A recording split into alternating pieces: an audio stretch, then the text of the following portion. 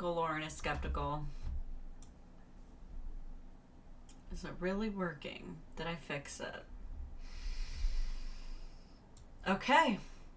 All right. I'm gonna wait for this to show up for YouTube. See if I finally troubleshoot this. All right. Let's see here. Did I fix it? Am I live?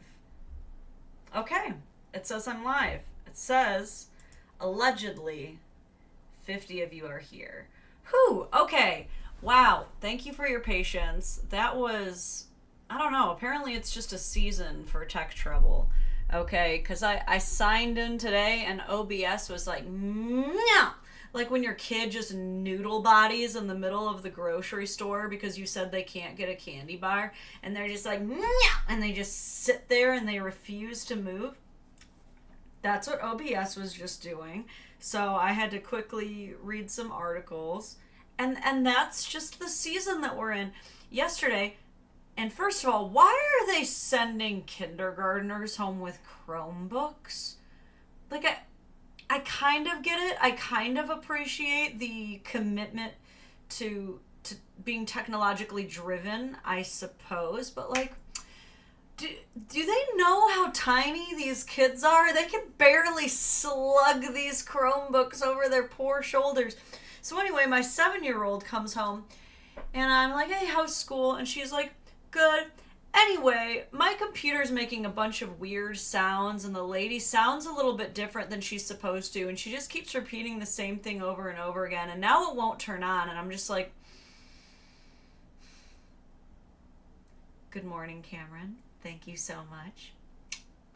Yeah, so I had to troubleshoot that. I was like, did you take it to any of the teachers? And they were like, yeah, they say what they would charge it, and then they didn't, and I'm like, I really do not want to be paying no $200 some to replace some piece of technology that I don't even want my kid to have. Whatever happened to the old school? I'm sorry, I'm about to like wake up with a boomer rant right now. But what happened to the computer labs? The computers stay at the school. They stay plugged in at the school. It's not my job to charge yo shit. I hate these Chromebooks, y'all. I hate them, but I did fix it. I got to the bottom of it. What had happened was she had somehow turned on a voiceover accessibility feature, and so it was just like trying to read the commands of each one, and there's like a specific keyboard thing, but I turned it off, got the thing charged. Good morning, everyone. Sorry for being a little bit late because I had to troubleshoot, but it's been troubleshoot. Okay, and to those of you who were a little bit late, today is your day to be on time now. Ain't that just the way? So, welcome to another Dadvocate Live. I am Lauren, your humble host. This is Mr. Oof. He just hangs out there. You are my wonderful, terrific audience. Shout out to the patron board. Today will probably be the last time we see it in this iteration. Just had a nice little influx of patrons, so I'm going to be redoing the board to show some new names pretty soon. Do you guys think I should keep doing the cursive? I feel bad because it does look gorgeous up front or up close, but this far away it looks like a doctor wrote the patron board. Okay. Also, freely and shamelessly plugging the Patreon if you ever want some exclusive Dadvocate merch, early access, and some exclusive upcoming lives. The only reason that I'm so shamelessly plugging at the moment is because, one, my Facebook got hacked a couple of months ago, so that's been quite a cut to my usual, budget of things, so to say. And then two, I, for some reason, am in shadow ban hell on TikTok. Okay? So if you want a nice way to support me, YouTube is still treating me very well. Instagram is still treating me nicely, algorithmically. But on TikTok, they have, cut off my air. They're like, let's put Dadvocate in like... just an absolute algorithm prison. And then on Facebook, you know, we're still rebuilding, okay? Final points of housekeeping before we get into the thing. Hey, did I miss anything? How late am I, Girthy? No, I actually started like 20 minutes late because I had some troubleshooting issues. So fortunately, my mistake is your win today. But before we get started on the topic of the day, which is most delusional takes of the week, my final bit of housekeeping is yesterday we were supposed to do a live stream with Roma Army. Thank you, Doom for Zombies. My mom is a teacher who the Chromebooks give a headache. I think you typed that really fast, but I think I get the message. That your mom's a teacher, and even she is like, these Chromebooks, too. Thank you for the dono. But yeah, we were supposed to do a live with Chloe Roma yesterday, and she did not show up. I knew that there had to have been something. I was like, you know, we'll improvise, we'll move past it. But I'm at least close enough with Chloe to where I was like, something has had to have gone awry. So I don't think it's my place to really disclose personal things. But I will tell you, some shit had happened that took priority. That's all I can say. We're planning on rescheduling. Chloe does not hate me. She does not hate you. But shit do be happening, okay? But yeah, that's all. I know, not really like the fun, exciting reason I could have given. Kind of more of like a nothing burger response. But yeah, she's alright. She's safe. Although she also has been nuked from Instagram. We're just a couple troublesome gals. Okay. All right, let me close all these tabs for how to fix OBS so that we can start getting into it. Like I said, our theme for today's live, outside of troubleshooting ourselves, is the most delusional takes of the week. That being said, oftentimes my live streams are, you know, pretty audio heavy, meaning you can wander around, work, clean, take your dogs for a walk, and you don't have to worry about like your eyes being glued to the screen. This one, I'm gonna do my best to describe everything visually to you, but there might be some times that you want to see what's going on. I'll try to remind you when those times are, and I'll also let you know when you don't really have to be watching necessarily. Jim says Dadvocate dominates my feed since I discovered her. Okay, whew, alright, so those trying to destroy me in the algorithm are not fully succeeding. Okay, I'm still getting out there. Shout out to some Miles Thigh going on in the corner here. He's just our little my guy. Where did you find that popsicle stick? Are you very proud of yourself? Hold on, we gotta do some dog tax before we get to the Delulu. Hugs. What is this? Go get your rope. Go get your rope. Go get the rope. You go get it. You disobedient boy. Aw, even Parker wants to join in. Hold on, I gotta go get his rope for him because he apparently does not want to help himself. Where's your rope, sir? Look. Where's the rope? Right there. Go get it. There you go. Come here, Miles. We gotta show off Parker. Now you're coming in here with me.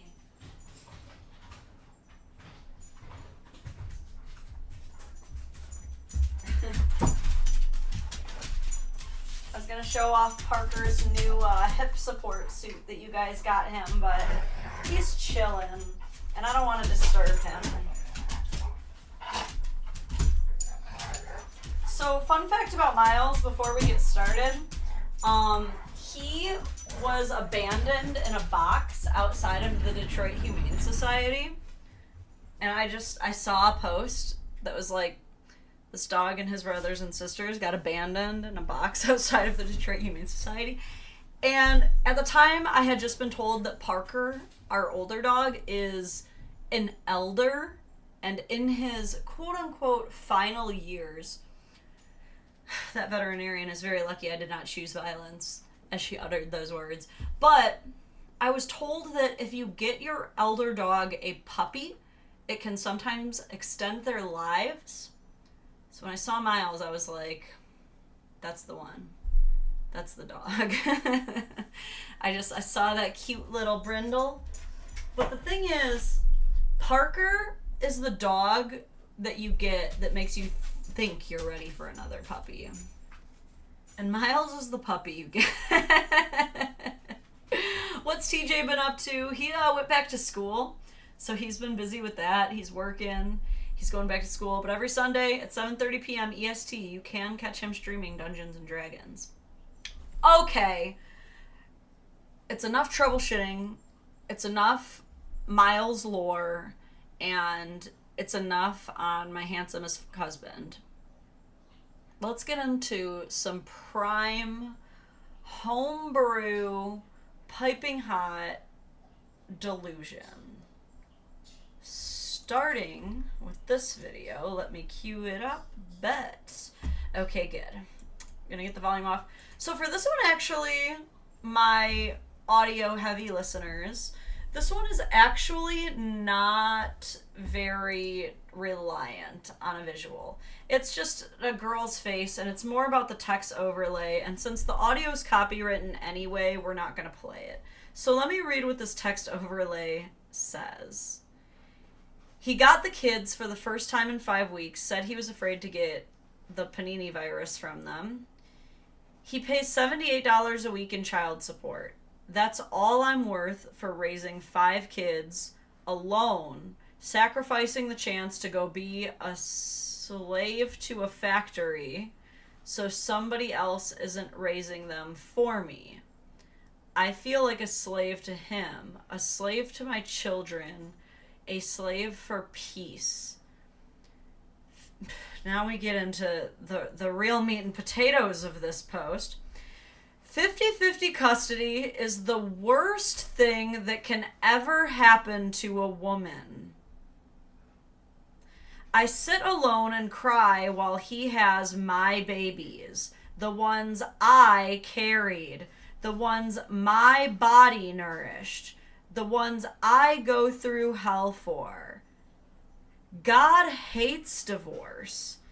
This place is destroying families. So this is one of those, like, count the red flags situations. There's going to be a lot for us to unpack here, okay? We'll begin at the beginning. I will say this. You should be seeing your kids more often than one time in 5 weeks. Absolutely, okay? Absolutely. So I don't know what the deal is there. However, I'm always skeptical of this kind of thing because sometimes a mother will say, he hasn't seen his kids in 5 weeks, which may be true, but what she's leaving out is the fact that she has not allowed him to see the child in 5 weeks. Okay? So right away, a little skeptical, a little sussy.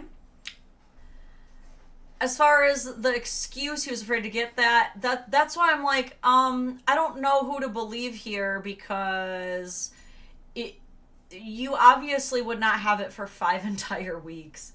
We know enough about it by now to know that you're good sooner than that. Freedom Fiend, thank you for the dono. Says homemade delusion, just like how Mama made it. Wait, do we have the same mom? Did we just become siblings? Next up, he pays $78 a week in child support, which, now if you're thinking about it, you may be thinking, wow, that is really low for 5 kids. Okay, but then we get to this part, the 50-50 custody part. You guys have the kids for the same amount of time. He doesn't get $78 a week. at all. So there's also that perspective. Like, oh no, you're only getting $78 a week in child support to have the kids week on, week off, or 4-3-3-4, whatever it is you do, okay? So he has to go the same amount of time without his kids, just as he has to take up the same amount of responsibility as you while he has the kids. It's just that no one's giving him $78 an hour. Do you see that? Why that's harder for him to feel bad for you? Then this sentence is where it gets a little funky. You're like, wait, that's where you think it got funky? We didn't get to the rest yet. Okay, this is where it just started getting really funky to me to start. She says she is sacrificing her chance to work, but then, so she's sacrificing her chance to be a slave for the system, but then she's also a slave to her kids and a slave to him. It seems to me like she's going to enslave herself no matter where she goes in life. This is one of those, like, can't win, lose situations. Like, I feel like a slave being here all the time at home, taking care of the house and raising the kids. Okay, do you want to go back to work? No, I don't want to be a slave to the system. Like, so you're just never going to be happy. I don't know what to tell you at this point. Like, you're basically telling me, like, I will be the biggest, most dramatic baby no matter where I go. Sweet love, you are a darling angel. You gotta scoot. You gotta scoot, buddy. Go on. Are you gonna lay down or are you gonna go on? Go on.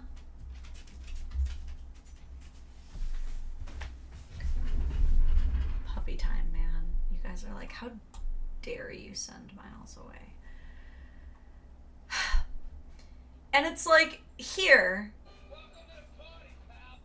Oh, thank you, Doom for Zombies. Did you just now become a member? Because I know sometimes it does that when you're, like, celebrating a memberversary as well. But thank you. Yeah, at this point in the video, we get so close to the point. Like, we get so close to getting it. 50-50 custody is the worst thing that can ever happen to a woman. Like, you understand 50-50 means you both have the same thing, right? So if you think that it's hell to constantly go that long without seeing your kid, I know you're capable of grasping this. Just hang with me. How do you think your ex feels? She's like, no, we're not. But it's different. He came back with a vengeance, didn't he? And then we get into this part, which is kind of like a very common, what I call baby mama argument. Okay, there's a difference between birth mother and baby mama. Baby mama is deliberately derogatory. See, this is what I mean. It says Dylan has become a member when what it means is he's been a member for 9 months. Why can't her 50 be bigger than his 50? What is that quote from the Harry Potter movies when Dudley is like, 32 presents, but last year I had 34! Like, dude, baby mama math truly does mean nickel and diming everything. Oh, you're 30 minutes late for drop off? I'm going to be 30 minutes early for pickup. You know what I mean? Like, that is truly the baby mama math of it all. And another part of this baby mama logic and math is this whole golden uterus syndrome that comes into play of like, well, I carried the child, so that means that I get to single-handedly and unilaterally control every moment of the child's entire life from now into eternity. Like, that is the golden uterus syndrome. Girthy, I know relationships are complicated, but this is why I think people should really consider who they're with before they get married. Divorce when you have kids is a nightmare. Yeah, truly. That's like, and you know that that's the case because isn't that the first thing people ask when you hear about, like, Larry is getting a divorce from his wife over at the shop? And, like, isn't the first question always, like, do they have kids together? Because it's like, that's when it gets really bad. Like, if you don't have kids, people are almost like, you just have a lease? Oh, thank God. You just share a dog? Okay, okay. Whew, like, people take such a deep breath, but truly, I do think that people need to do so much vetting before getting married. There's this constant question of, like, how long should I have to wait before I get a ring on my finger? And, I feel like they just have all these standards before they're willing to propose to me. And it's like, yeah, because it's kind of sort of the most important decision in your life. I feel like people really do need to be super picky. Like, especially when it comes to, like, just general living habits, general behaviors. Absolutely agree, okay? But back to the golden uterus syndrome, okay? I cannot tell you how many times I hear this excuse where a woman will literally be like, well, we're the ones who deserve to be with the child because we birthed them. Okay, guys, I'm a biological mother. I, too, went through not just a 9-month pregnancy. That shit lasted 10 whole months because I had to practically evict her. I was like, get out of there. Like, you better leave a 5-star Yelp review on this uterus because you've been in there way too damn long. You're loitering at this point. Your other siblings are like, dude, what if we want a chance? Okay? I know what it's like to have a very, very difficult pregnancy, too. I was throwing up every single day. This little thing literally broke my rib cage. Okay, I'm 4'11", very, very tiny person, so I guess that happens. Had a complicated labor, ended up needing a C-section because my daughter decided to play jump rope with her umbilical cord. And yeah, I don't know if you've ever had 7 layers of tissue cut through, but it's a rough time. I breastfed. That's not the easiest journey in the world, especially once they get teeth. You wanna make sure that you get super traumatized. Google strawberry milk, okay? And that's all you need to know about the difficulties of motherhood. Look, I get it, okay? I completely understand what a woman goes through physically just to get the kids into their spawn point, okay?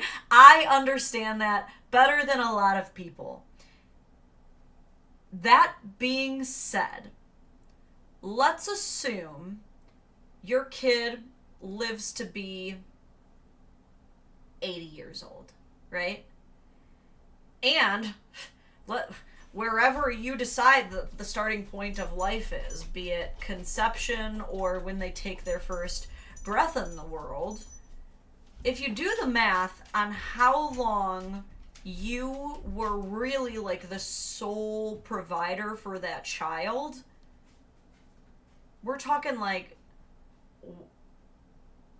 1% really comparatively to the entire rest of that kid's life that the father post breastfeeding has absolutely an equal opportunity to contribute as much or more as me. Right? That's truly, once the baby's out, even without breastfeeding, not every mother ends up being able to breastfeed. Some women do not have successful breastfeeding journeys. Okay? Like, cut the breastfeeding out. Once the baby's out of the world, what can the mother do that the father can't do? Again, besides breastfeeding, the dad can go to a milk bank. The dad can provide breast milk for the baby. We have the technology at this point. He can drive to the milk bank, get the milk, buy it, or some of it's even donated, freeze it, bottle feed the baby. Plenty of babies can do it. Okay, so what is there? Let me read this amazing, beautifully kind donation from Viennery. I have my kids over 50% of the time, but pay $600 a month equalization pay. Despite her now having a full-time job, me paying off her credit card, car, and student loans, and her now living with the guy she cheated on me with.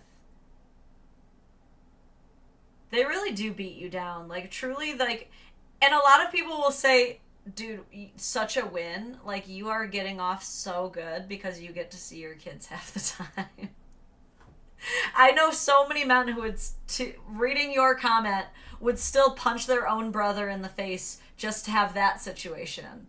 Isn't that so sad, too? Is that you're one of the lucky ones? God, yeah, I hate that argument, and I'm about to get real tangential if I get on it. But the argument that child support is to equalize the homes. So flawed for so many reasons, because at what point, how much do we really parse hairs on this? Because if there is a big enough disparity between incomes, there never will be an equalization of the homes unless the higher earner begins to give the majority of their earnings to the lower income home. And that's basic math. You don't even have to be good at math to understand that if you see the child support calculator for what it is, where you take both parents' incomes, combine the total number of overnights, and then out poops up a number where they decide this is how much the higher earner should be paying the lower earner, just to equalize it out, is if you've got someone who, honest to God, is making $17,000 a year, and they are divorcing someone who's making $600,000 a year, they would have to give such an exorbitantly higher amount that no child would ever need monthly to equalize that. And the problem here is that you have to keep a fair formula for all classes of people. So it can't just be a different system based on the rich or anything like that. I personally think that there should be a cap. I don't mind the formula as it is that kind of takes both incomes and overnights. I think that in a lot of situations it's, for the most part, decently done. But I think there needs to be a cap based on probably the general cost of living of the area at where it can be at. Because no kid needs over 5 figures a month, dude. Nathlex said, we can refeed him. We have the technology.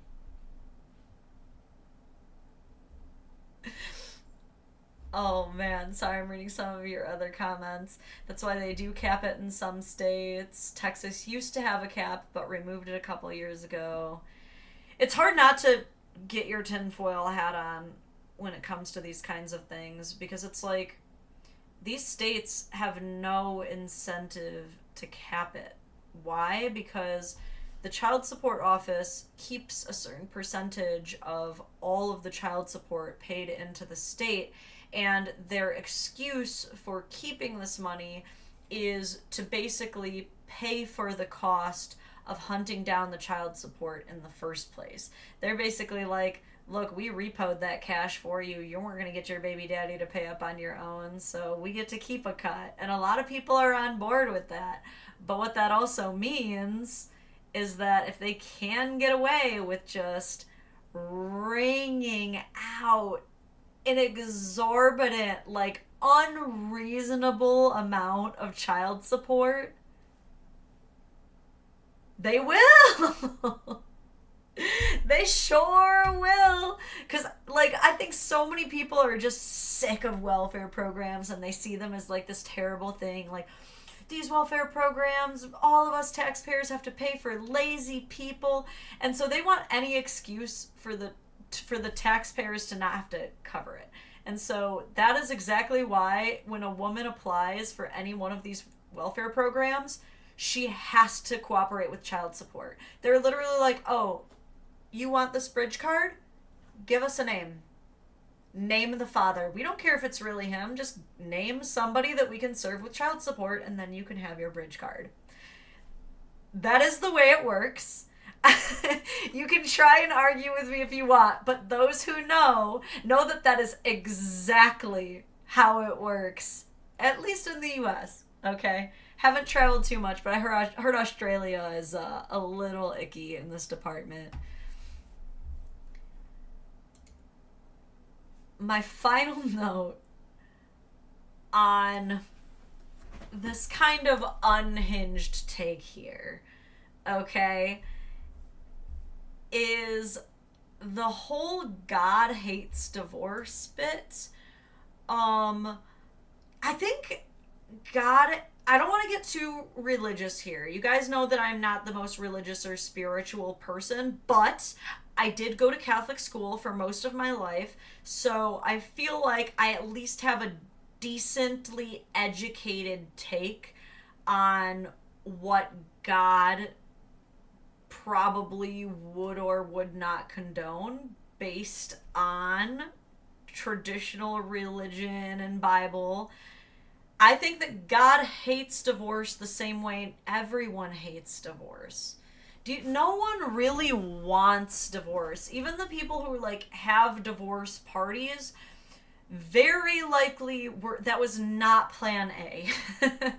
Okay, yes, there are also gold diggers who their end goal is to marry for money, and you could argue that they celebrate divorce, but divorce at the end of the day is hard on everyone. Even the gold diggers who are, that was like kind of their end goal to get a payout, like even the worst of the worst who absolutely know how to game the system, divorce is still so fucking annoying to go through.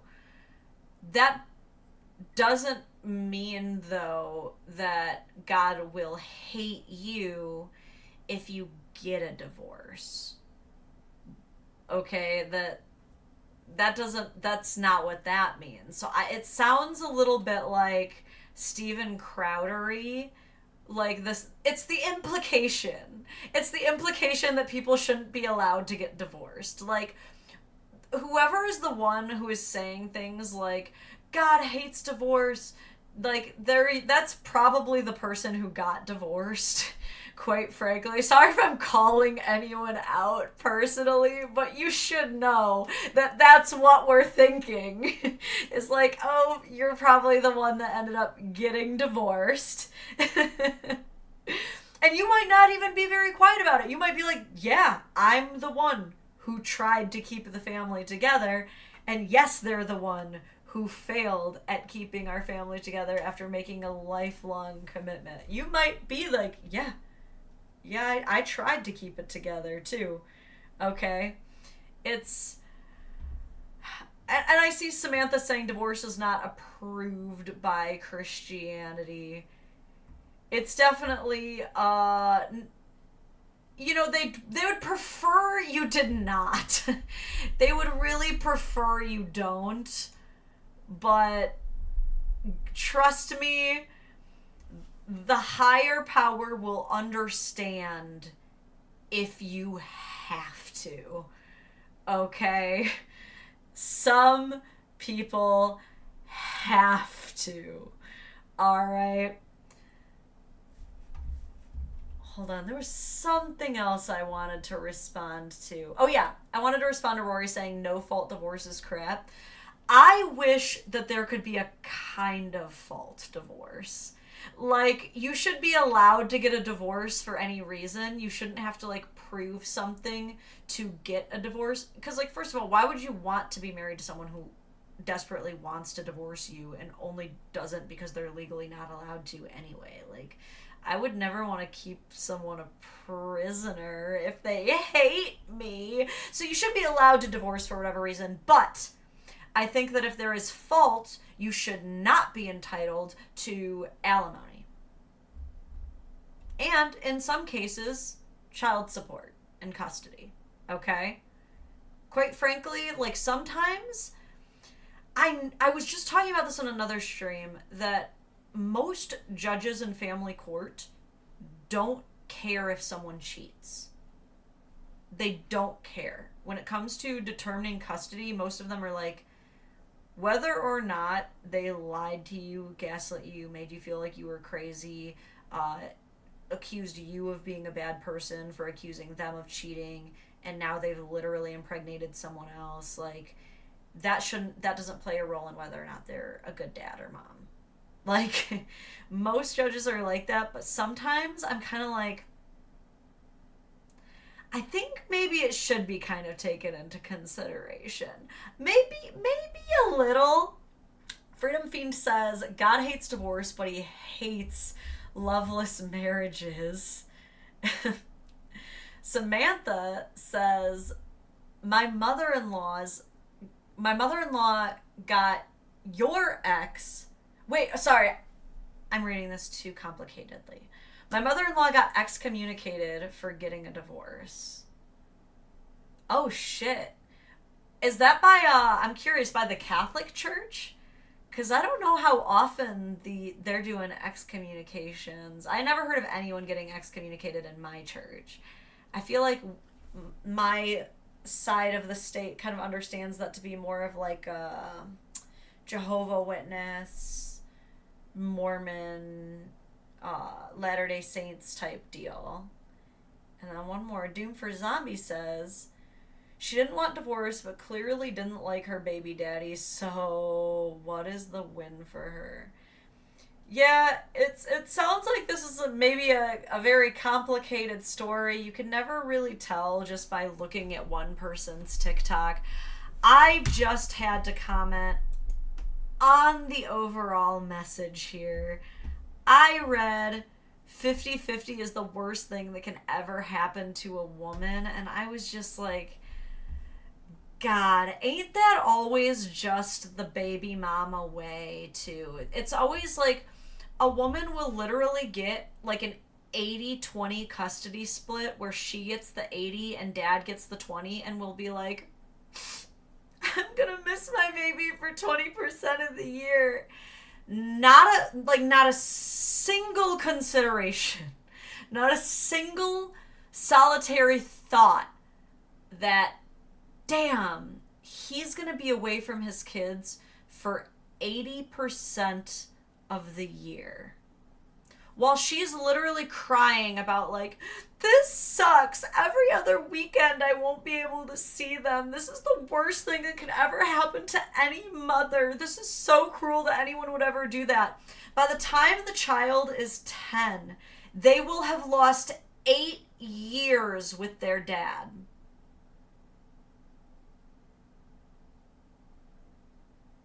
And you're crying, asking us to feel bad for you.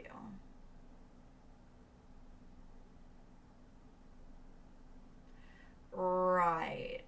Baby mama math. Straight up baby mama math. Okay. Delusional take of the week number 1. Okay. Oh, Bad News Badger, thank you. God only set one guilty reason for divorce, infidelity, and it is an option for the innocent party. That's really interesting. I'm not too sure on the biblical technicalities of that. I definitely am not, like, theologically prepared to go toe-to-toe on, like, fact-checking that. But I feel like there are more, I would say, one handful of solid reasons to divorce, but I would say like maybe at least a good top 3 that I feel like even God would agree with. Infidelity definitely being one. I mean, like, that's like straight up been there since the 10 Commandments, you know what I mean? Like, he had poor Moses scrawling on stones, facing burning bitches. That was one of my favorite misspeaks of my streaming history. Moses had all these burning bitches. You know what, though? STI prevention was probably very poor back then. So if there was any sort of getting down, there probably was a lot of burning bitches. But for real, infidelity, I agree. Solid reason. But, money issues are usually a big reason for divorce, but I would personally, I'm curious to see if anyone wants to, like, debate me on this, because I'm definitely open-minded here to like other money issues that maybe I'm not considering. But in my opinion, the only reason that you should ever divorce over money if it is financial infidelity. So in my opinion, if you want to divorce your husband because he lost his job and he's not making as much money as you're used to and you feel like your lifestyle is compromised or whatever, that's not a good reason to divorce. In my opinion, I think you should be allowed to. I think you should be allowed to, but I think that you should compromise your right to alimony at that point because you're abandoning your vow. Because for richer or for poorer, that's exactly what that means. If that's what you said during your ceremony, you have to abide by that. Are you not a man or woman of your word? However, if someone is lying to you about money and misappropriating your familial funds, sorry, Miles is on one. We might have a package to check on. But like gambling addictions, OF addictions, fair reasons to D-word, in my opinion. I'm gonna go check on Miles real quick. Warren Shull, equal shared parenting legislation, any updates? Sadly, no. Hold on. Let me check package real quick. BRB.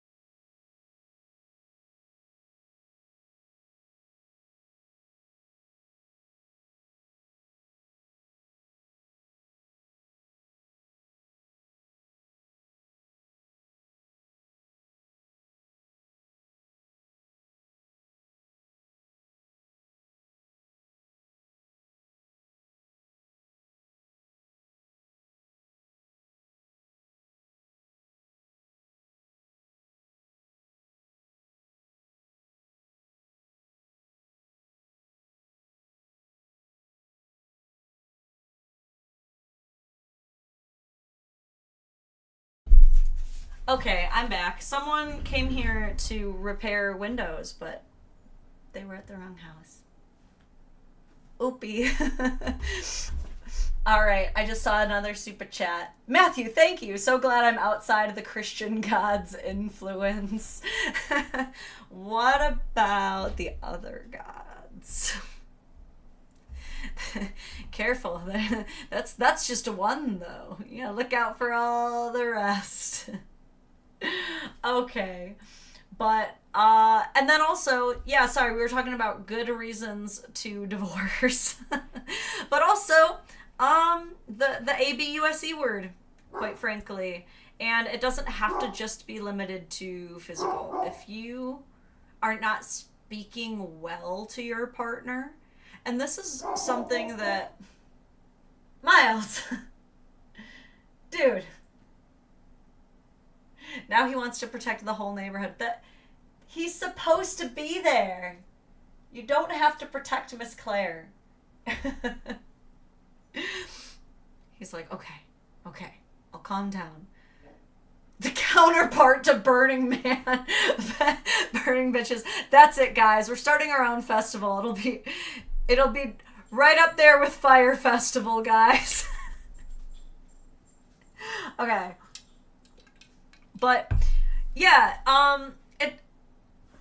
ABUSC, sorry, YouTube doesn't like that word. They will like instantly shut it down. It doesn't have to just be physical, and I think this is also why a lot of men end up staying in really toxic marriages, because for all of the reasons listed elsewhere, they are like committed. They're like, I said I was gonna stick to this, I will stick to this, and you know what, like, she's not able to beat me up, so, you know, I don't have a good reason to leave. But like, constantly demeaning you, constantly speaking poorly about you behind your back or in front of the kids or just really anywhere, refusing to be grateful or even try to be grateful, no initiation of intimacy. Like, those are all things that make a marriage toxic enough to consider leaving too. And definitely a lot of things I've seen.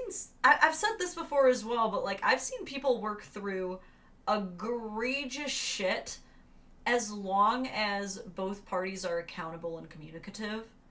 As long as they own it and they're like, yeah, I do that. Usually you can still work through it, right?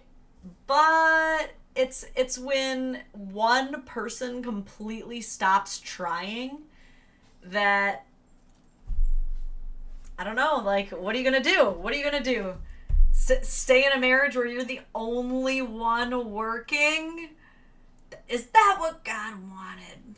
That's for y'all to wrestle with. In the meantime, I do want to hear what you guys have to say about this next take. Okay?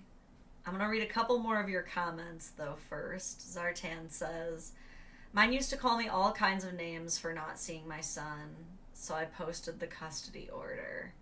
See, this is what I'm talking about. This is exactly what I mean by, I've heard a lot of times where a woman will be like, he doesn't see his kids, he doesn't see his kids. Meanwhile, like, she's not showing the dozens of text messages of him being like, can I have any extra time? Can I do this? Like, when can I see them? You know? At the same time, I've also heard of the guy who's like, she keeps me from my kids, she keeps me from my kids, and she's got the text messages begging, like, when are you gonna see them, you know? So it does go both ways, okay? Chris, you can't just say I got divorced over the toilet seat and not give me like an entire story time. Them's are whatever the version of them's fighting words, but like them's tea time words, you know what I mean? Like, I'm gonna need to sip on that tail, okay? Remember, Lauren@dadvocate.net, always a great place to email me for story submissions. I would love to have a like user submitted story time live, starting with getting divorced over the toilet seat. Although I already know a lot of women who would be watching this right now would be like, it's not just the toilet seat. It's never just the toilet seat. Warren, his story would be draining to hear. You dog. So, someone give this man a raise. I can't. Okay. I would like to know, chat, what you think about this hot take. I might have to turn the volume on, so let me pause it. I did. Because I turned it off before, I will have to turn it back on. So I want to hear. Actually, this might be licensed music as well, because it looks like it's just text overlay. And it is. Okay, so all of my audio listeners, worry not. As much as I said this was going to be video heavy, you don't even have to look at this one. It's just a dude. And the text overlay reads, I just saw someone on here say, a man gets meaner and meaner when he sees that the woman he's with isn't gonna leave, while a woman loves you deeper and deeper when she gets comfortable. And that was enough to ruin my Sunday night. I feel like always important to make note here when there's 53,000 hearts. In my mind, I see that as like a light or gentle endorsement, if you will, which is why I find it alarming. And, 5,000 each shares and saves. So a lot of people who, if they aren't like directly believing and agreeing with this, are at least subtly influenced by the messaging here in some way. So let's go over this again. A man gets meaner and meaner when he sees that a woman won't leave. the implication being, oh, well, when a man sees someone who's loyal, they just innately begin taking advantage of it. But women, they never would ever consider doing such a thing. Oh, no, no. When a woman senses loyalty, they are always thoughtful, always demure, and ever so reciprocal, aren't they? Fellas, you guys will obviously be agreeing with me in the chat. You know how when a woman can sense that you completely adore her and you'll come when she calls and she knows that you'll do anything for her? You know how none of them ever take advantage of that? Don't, you guys know what I'm talking about? None of you have ever once in your lives ever experienced a woman who, because she knows that you trust her, completely betrayed you. You guys wouldn't know anything about that. Now, I'm sure none of you once in the chat has ever experienced anything like where you've become so vulnerable with a woman that you've spilled your deepest insecurities, and a woman would never, ever take those and weaponize them to almost extort you into doing whatever she wants. What could never happen. I gave my ex a whole new lifestyle and fancy career, and she still cheated. I have been in the friend zone long enough I could sell real estate there. Damn, you are to the friend zone as my daughter was to the womb. Everyone's begging you to leave. And you just keep getting tied up in guts on your way out. I guess that's not what you're doing in the friend zone, actually. I'm sorry, I truly didn't mean for that to turn into a burn at the end, but it just kind of slipped out there a little bit. You know, like what you're not doing in the friend zone. Oh God, I'm so sorry. I can't stop burning you. You're here to support me, and I just can't stop being mean while you're down. Classic women. Okay, now I got the whole chat going in on you. I'm a terrible person. And I'm still laughing. Look, thank you, though. Thank you for providing me this joy. I love the Wino Forever username, the Johnny Depp tattoo. Lauren's sus clip of the day. There's always gonna be one.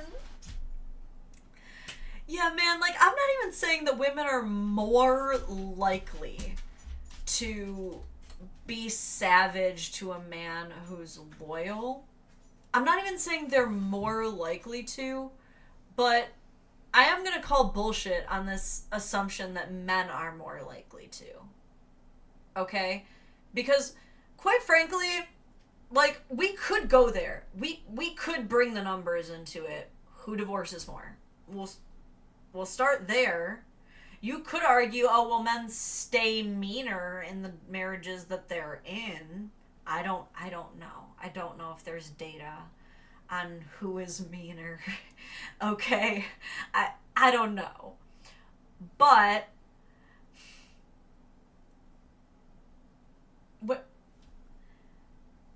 when it comes to like this argument that women love deeper and deeper, on what kind of a level though? Because when I go to the store and I look at like self-help books, there is like so much literature on support for men experiencing dead bedrooms, and like not as much for women. When you look into the dead bedroom community, unfortunately there are plenty of women there, but it is like overwhelmingly a lack of intimacy issue that men are experiencing. Now, you could come in here and say, that's men's fault. You could. You could. And in some cases, I'm sure a lot of men are such assholes that maybe it is their fault that they're not getting laid, quite frankly. I don't think any of us can disagree that some men are such assholes that they don't deserve to get laid. No matter who you are, we can agree on that. Just like there are plenty of women, no dick. Boo! Don't deserve any tree trunk. Like, none. You know what I'm saying? But I just don't like pushing these narratives of like, this is basically the idea of like, it's dangerous to let a man think that you are a stable and consistent person in his life, because by nature he will start being mean to you.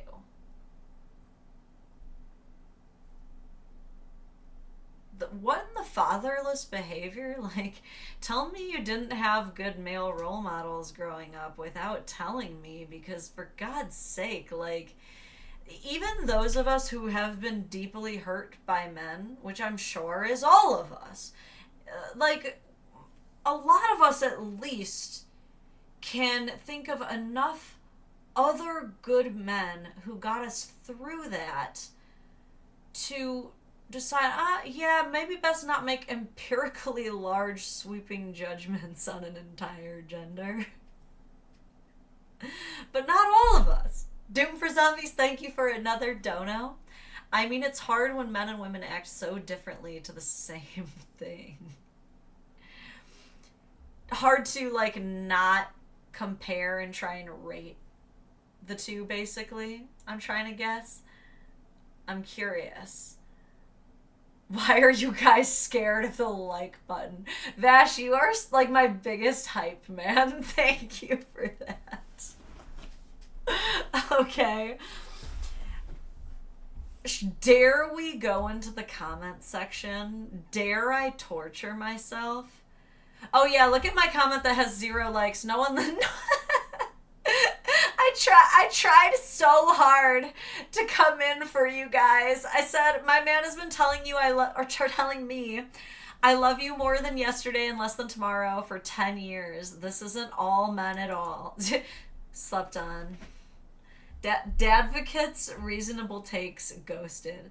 But then again, if you guys go to this video, this comment might not even show up at all, because like I said, I've been in shadow ban hell. I asked him, how much longer do you think I'm going to accept this treatment? He responded back, you've accepted it this long. That gave me the courage to finally leave. Damn. Okay, that is pretty savage. Aw, Vash, thank you for another one. You reminding people to like is don't know enough. Okay. Yes, they get so comfortable while we keep waiting for the guy we fell in love with to come back. And so I packed and left on a random Wednesday. Threatened to leave and sadly watch how nice he gets, but it only lasts a while. Always make them sign a prenup. Actually, this is good advice. I'm not even gonna lie. I am very pro prenup on this channel for all. They didn't have me in the first half, but, you know, broken clocks. Now, here's the thing. These situations that they're describing, they do and can happen to anyone. I've often described the getting comfortable but not like that dilemma of marriage that both men and women face, because I think that every single one of us, to some degree, has idealized marriage as this is the person that you can finally be comfortable with.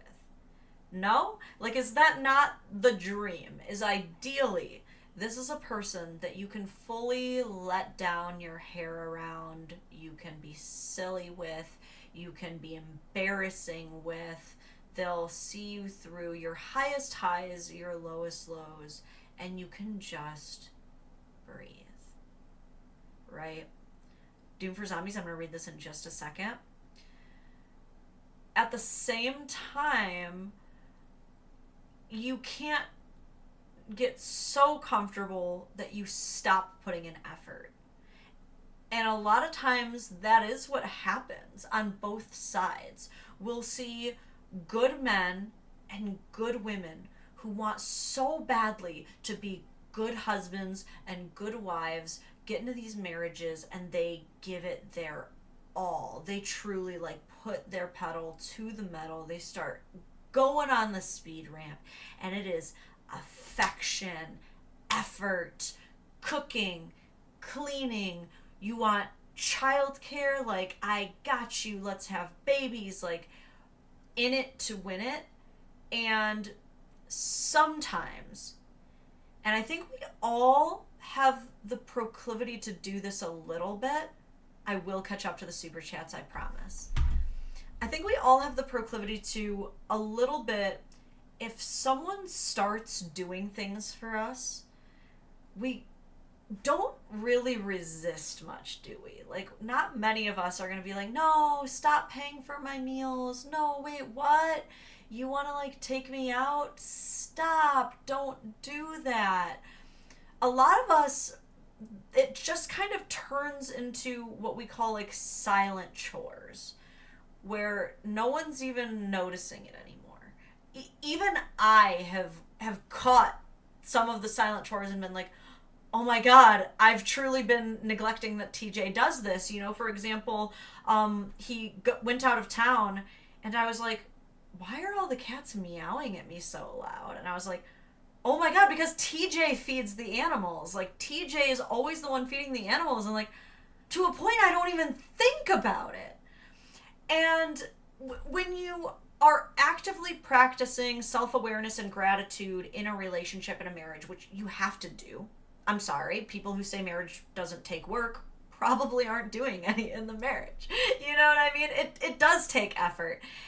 You know, once you actually start practicing that self-awareness, you become like horrified when you realize that there's something that you have been like failing to thank your partner for, you know?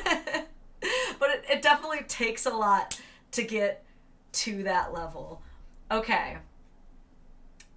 That being said,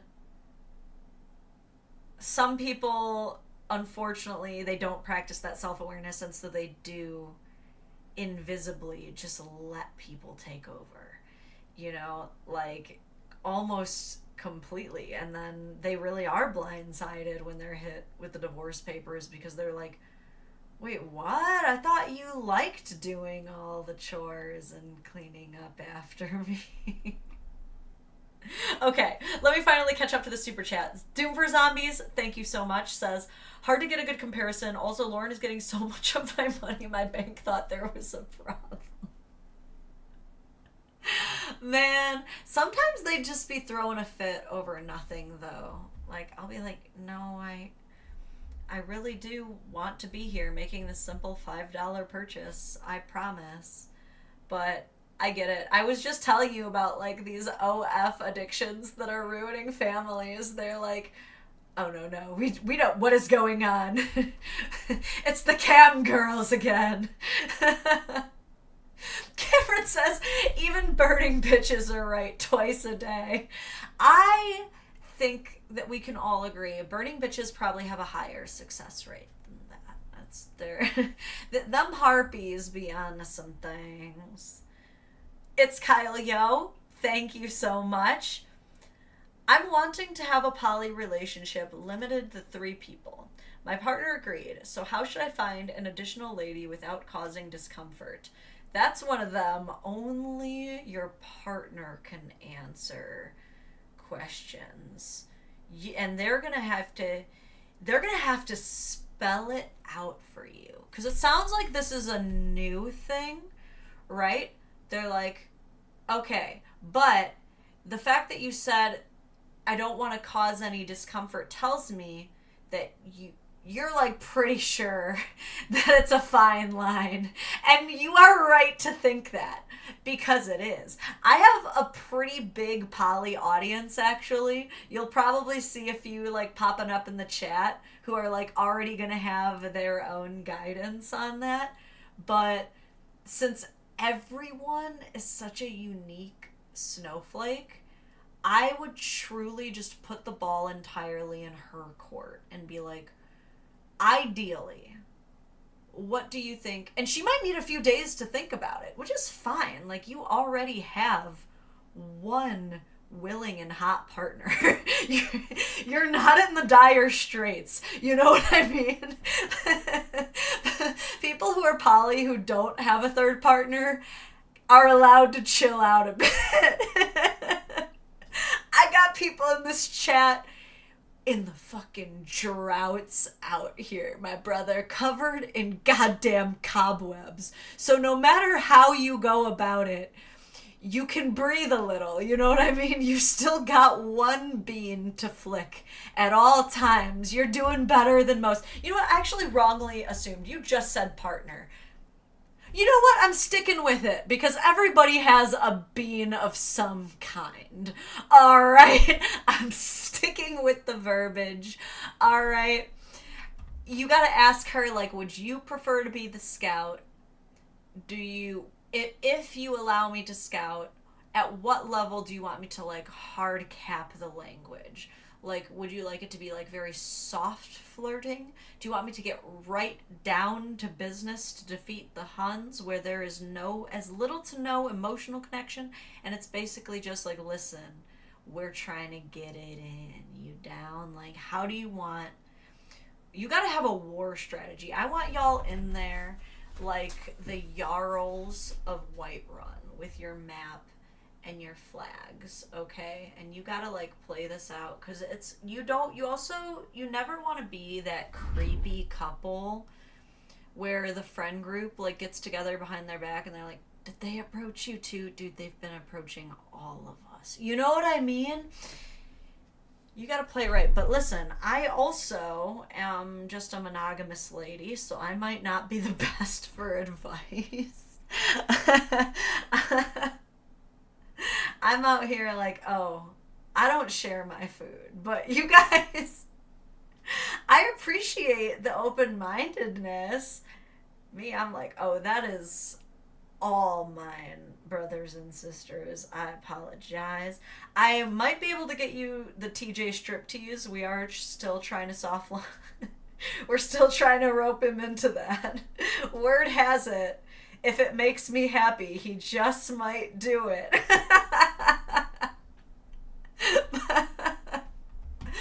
But okay, this is a good time to transition to the next Delulu of the day, I think.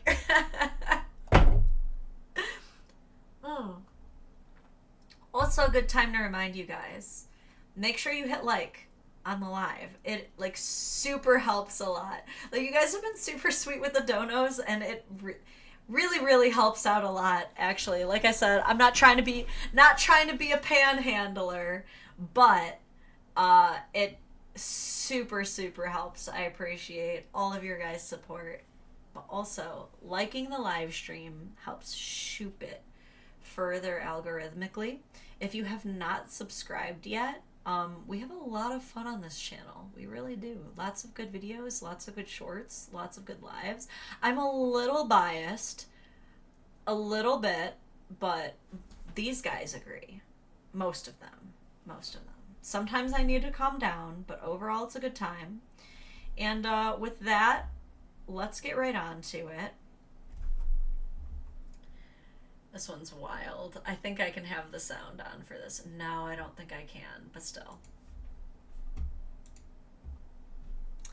When she mad at both of us, so instead of apologizing, you just bar crawl with her ex on Broadway.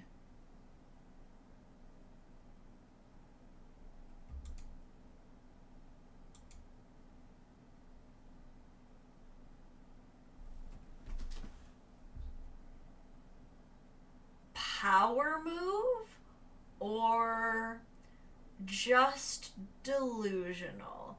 Because let's break this down, shall we? First of all,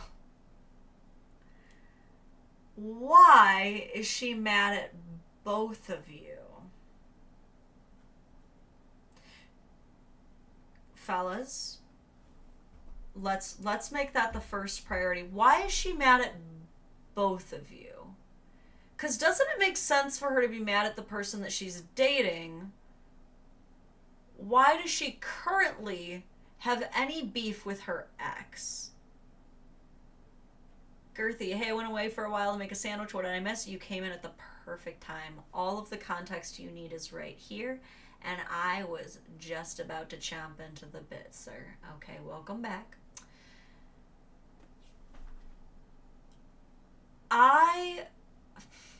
Unless that's also a baby daddy, why do you have beef with your ex?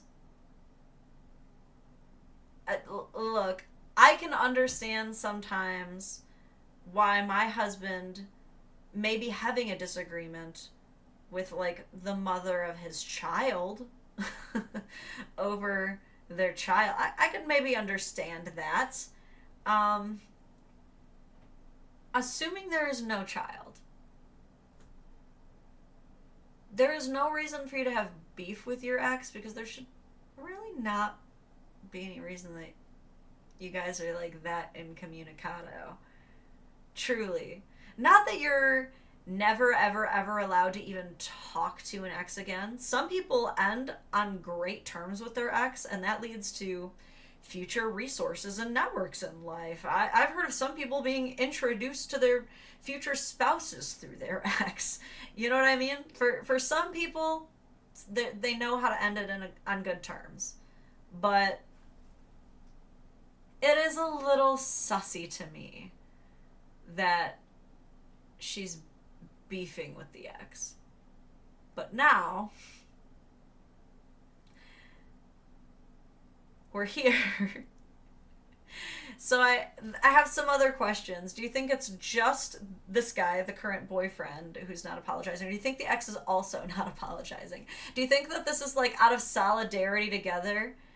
Do you think that, like, maybe this person just has a habit of kind of getting people to bend the knee, and they're just like, you know what? No. Let me read these. Matthew says, for sure, I'm under the North Pantheon's jurisdiction. Just had a lot of trouble with some of the rule interpretations of Christianity. I fucks with Thor. Hell yeah. I wish TJ was here for that one. Freedom Fiend, thank you for your super chat, says, come on, don't be afraid to panhandle. Handle those pans like you're Emerald Lagasse. Bam! You know what? Thank you for the support in that. Sizzle, sizzle, baby. William, thank you for your dono. Sounds like it's Kyle and their partner are unicorn hunting, and both should probably read up on why most poly people consider it a bad thing. I think any kind of unicorn poaching is, I think we all get it. Like, it's for the same reason as why mythological unicorn hunting is bad. You know, like, in both scenarios, and if you need to be clued in here, unicorn in the lingo that chat is using it is going back to the whole poly lifestyle thing. A unicorn is considered a rare woman who wants to be part of a threesome, but, like, is single. Hard to find, harder to ignore. So I can help it. But yeah, so basically, like, trying to, like, poach a unicorn, or worse, trying to force someone to become a unicorn.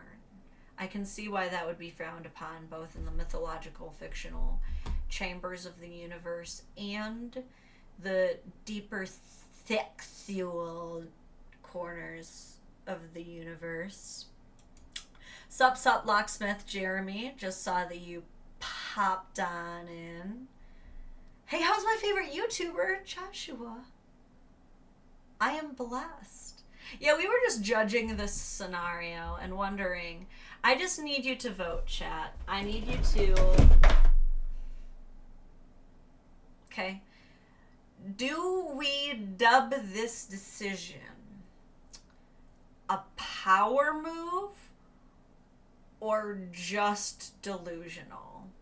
You only have two choices. There are only two options. I shall be ignoring any other votes. Power move or just delusional?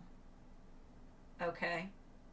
Because not to, like, influence the vote or anything, but, like, I would be all for schooling someone on, like, a misplaced attitude, if that's, like, what's going on. Like, they're both just catching strays by, like, rising up and having fun in their face. You know? I'm typically all for that, but, like... If he stays with her after this, she remains his girlfriend, then he's just partner shaming. And I can't support that. Ex shaming, different story. Hold on, let me read your super chat. I swear I didn't ignore you, Doom for Zombies. Doom for Zombies said, it could be she's mad they're friends when she has some kind of issue with the ex. That's what I'm saying. There's, like, so many theories on what this could be. Not nearly enough context, except for the fact that, like, except for the caption, right? And it's, like, all we can possibly reasonably ascertain is that this man made this to piss off his girlfriend. And at that point, then, wow, I'm so surprised that she's mad at you.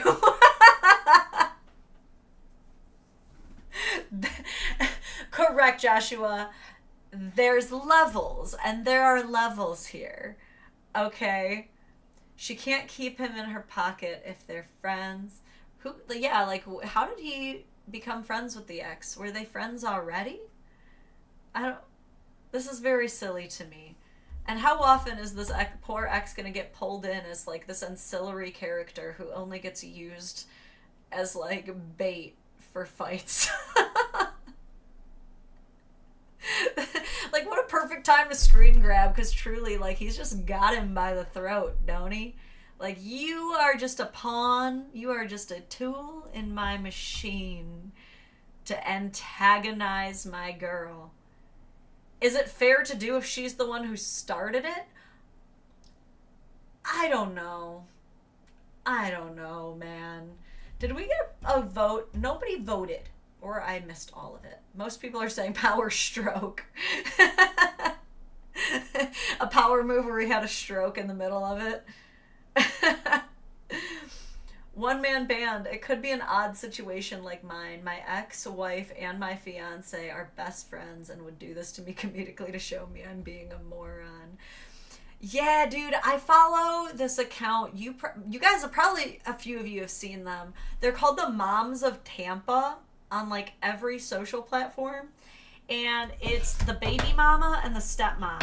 And they're, like, literally BFF. And, like, the four of them just all hang out. Like, the mom, the stepmom, the dad, the new dad, and their kids. And they, like, go on vacations together, and it's like, that's real cute for you. Like, like, for most of us, unattainable. Not even in the realm of a possibility, but, like, to see unfold, it's it's like when you watch those, like, insane videos of people, like, riding their bikes down mountains, and you're like, within the realm of possibility for someone, absolutely, in my lifetime, No. Sounds like the kids win in that situation. Yeah, absolutely. And you know, sometimes when kids win their situations in other ways, and that's fine too. Oh, my family is way weirder than that. Nice. I thought my family was weird until it grew. You know what I mean? The more family you get, the more different levels of weirdness you discover and uncover. There's no such thing as a family that's like actually normal. Like the most normal family you can think of, I can almost guarantee you has the most insidious, disgusting secrets. I promise you. The more normal they seem on the outside, the worse it gets. The weirder they are on the outside, honestly, those are going to be the people that make those normies end up looking normal. Okay? I know it just comes full circle. Believe me. Okay? For some odd reason, all of my uncles decided to just swap wives. Like 6 of them all swapped wives. But like, not to like, but did you die though, this? But like, is there any like hostility within the family though? Because like, really think about that. What if one day they were all just like, what if we Uno reverse this? Like, what if we just trade teams? What if we just NFL draft pick this? And the boys were like, yeah. And what if the women were like, yeah. Like, what if one day they were all like, let's like actually, with promising to never get mad, we all write down who our preferred spouse would be, and everyone's list lined up. Like truly think about it. What if that happened? And then no one was ever mad about it. They all just literally were like, pow. That's how I imagine a wife swap works, you know? It's not incest, you know? If that... Could you be mad about it? I don't know. As long as no one's, like, ruining Thanksgiving. See? Yeah, see? Aaron says there's literally no hostility.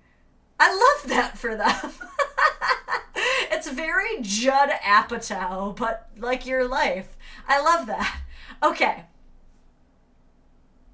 I have more delusional takes, and I yeeted my coaster at the ground. Sometimes you just gotta yeet a yeet while you sip a sip, you know? Alright, tell me what you guys think about this. I might have to get the volume going. Okay, it's Instagram, so it's gonna like make me click the volume as soon as we open it, but that's what we'll do. Let me get the volume up.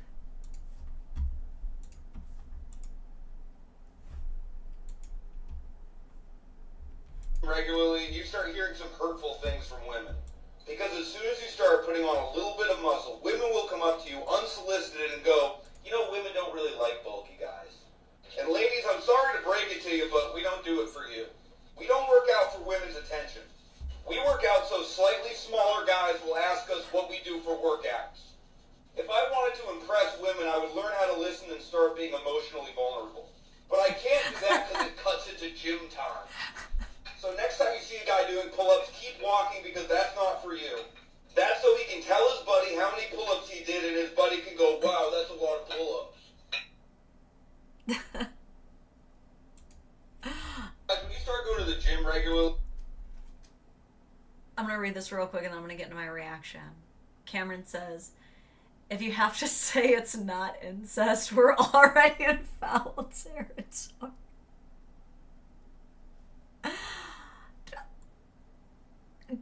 I mean, we're in it's in the cesspool, but we made it out.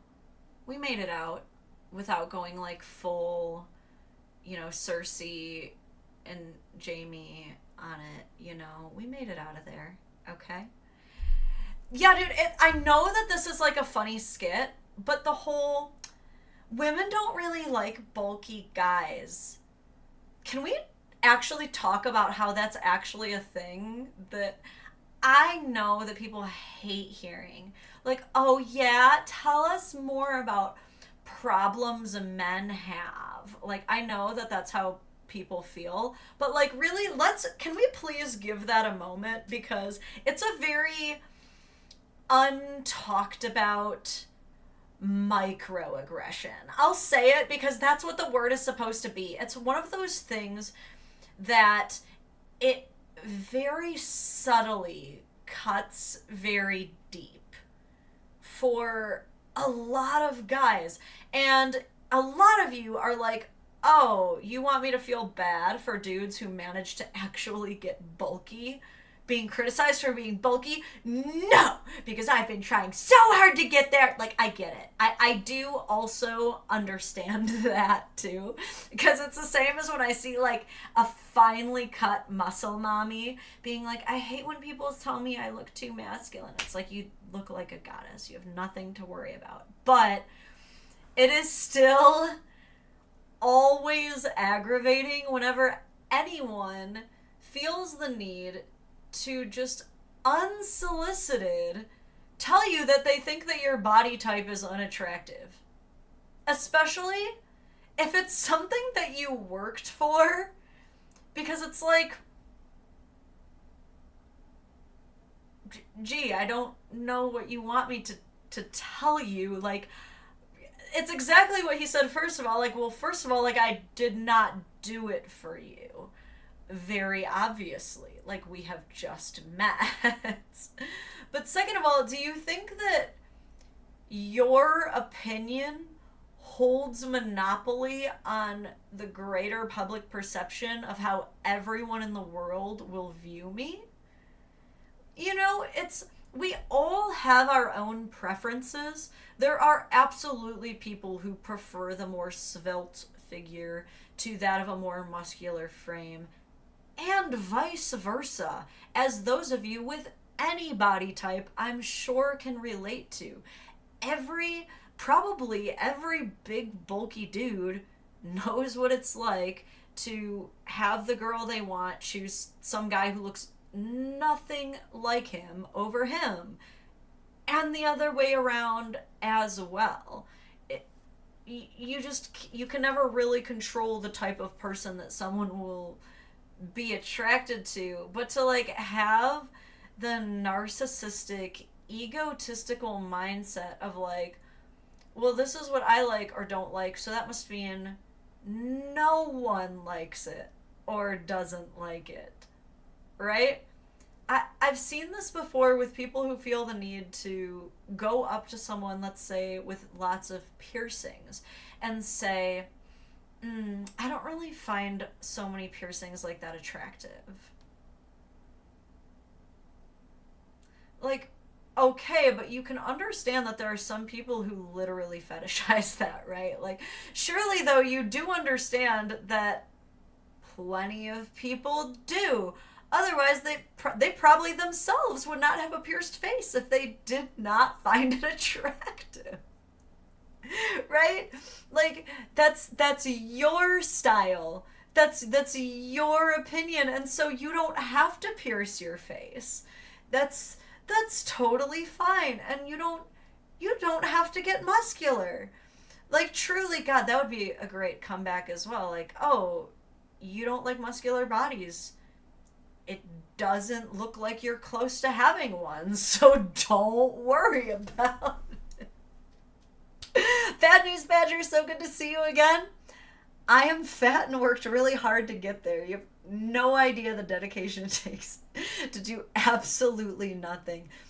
Look, that is still seen as a sign of wealth, though. Okay? There are still a lot of people who still equate physical fatness to wealth. Alright? At this point, we now know that it's because healthy food is actually just far less accessible than easy carbs and fats and sugars, but you know, just you hold on to your status symbol tight. You ride it off into the sunset. Now I'm hungry. Look what you've done. You've got me all thinking about food, and I'm like, should I transition to the mukbang world? It looks so tempting. Doom for Zombies, the comment of women don't like bulky guys is in the same ballpark as saying guys don't like huge boobs. Dude, exactly. That's another. I can't believe I even forgot to address that, but thank you, Doom for Zombies, for reminding me. But it's also like half of these women who have the audacity to say things like women don't like bulky guys anyway. And most of the time, they're only doing it because they're trying to take these guys down a peg.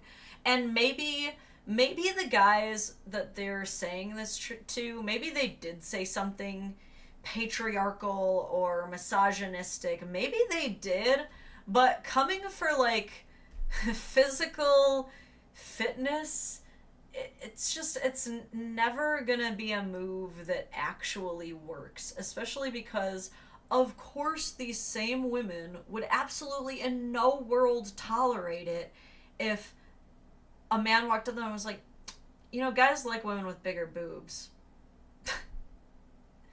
You know, most guys appreciate women with a little bit more curvature.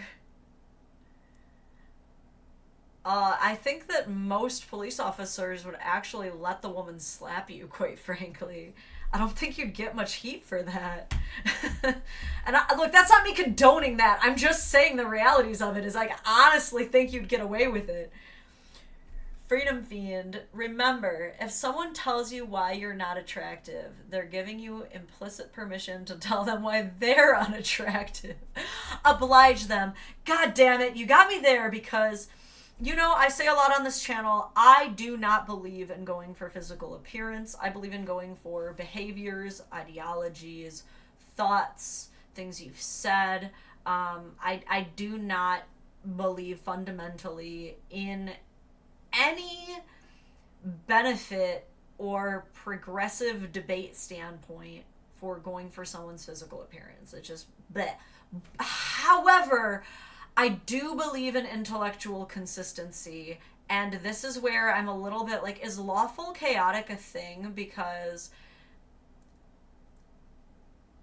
even if I don't agree with your rules, if you set the rules out there, I will challenge you to remain intellectually consistent with them. So therefore, if you throw the gauntlet of physical call-outs, so to say, it may be fair. However, I still believe in taking the higher road on that. I do. It's you come back so much stronger when you are able to defeat them once again through their behaviors, ideals, logical fallacies, and using ad hominem attacks over ad hominem attacks every day, okay?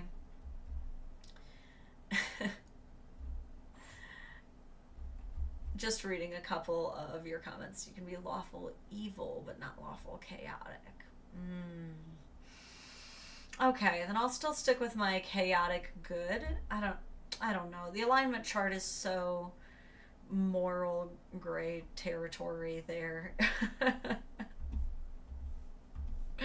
Okay. Next up. Okay, I might need a second to adjust this for the video. I might be able to pull it up. Okay. So Threads does not allow the video to pause, but alright. Here we go. Let me shrinky dink this down. We are gonna respond to some audacity. I don't know if the music is licensed, but we don't have to risk it for the biscuit for this. Um, those who have just been tuning in through audio, I'm gonna show a video. I'll describe what the video is afterward, but you might want to watch.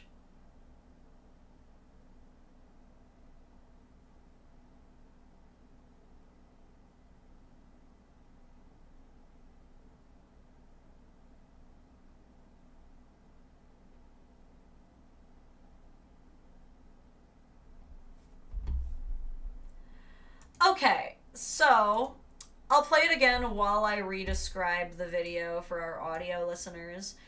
We have a couple that is at their wedding cutting the cake together when the groom grabs the bride's head and attempts to shove her face into the cake. She resists, but it still gets all over her hair, the top of it anyway. Whoa. Sorry. And she looks pretty shocked while he like cheers and rages in her face. But then tries to be cool about it. They high five afterward, but she looks pretty unimpressed. I think we can all agree.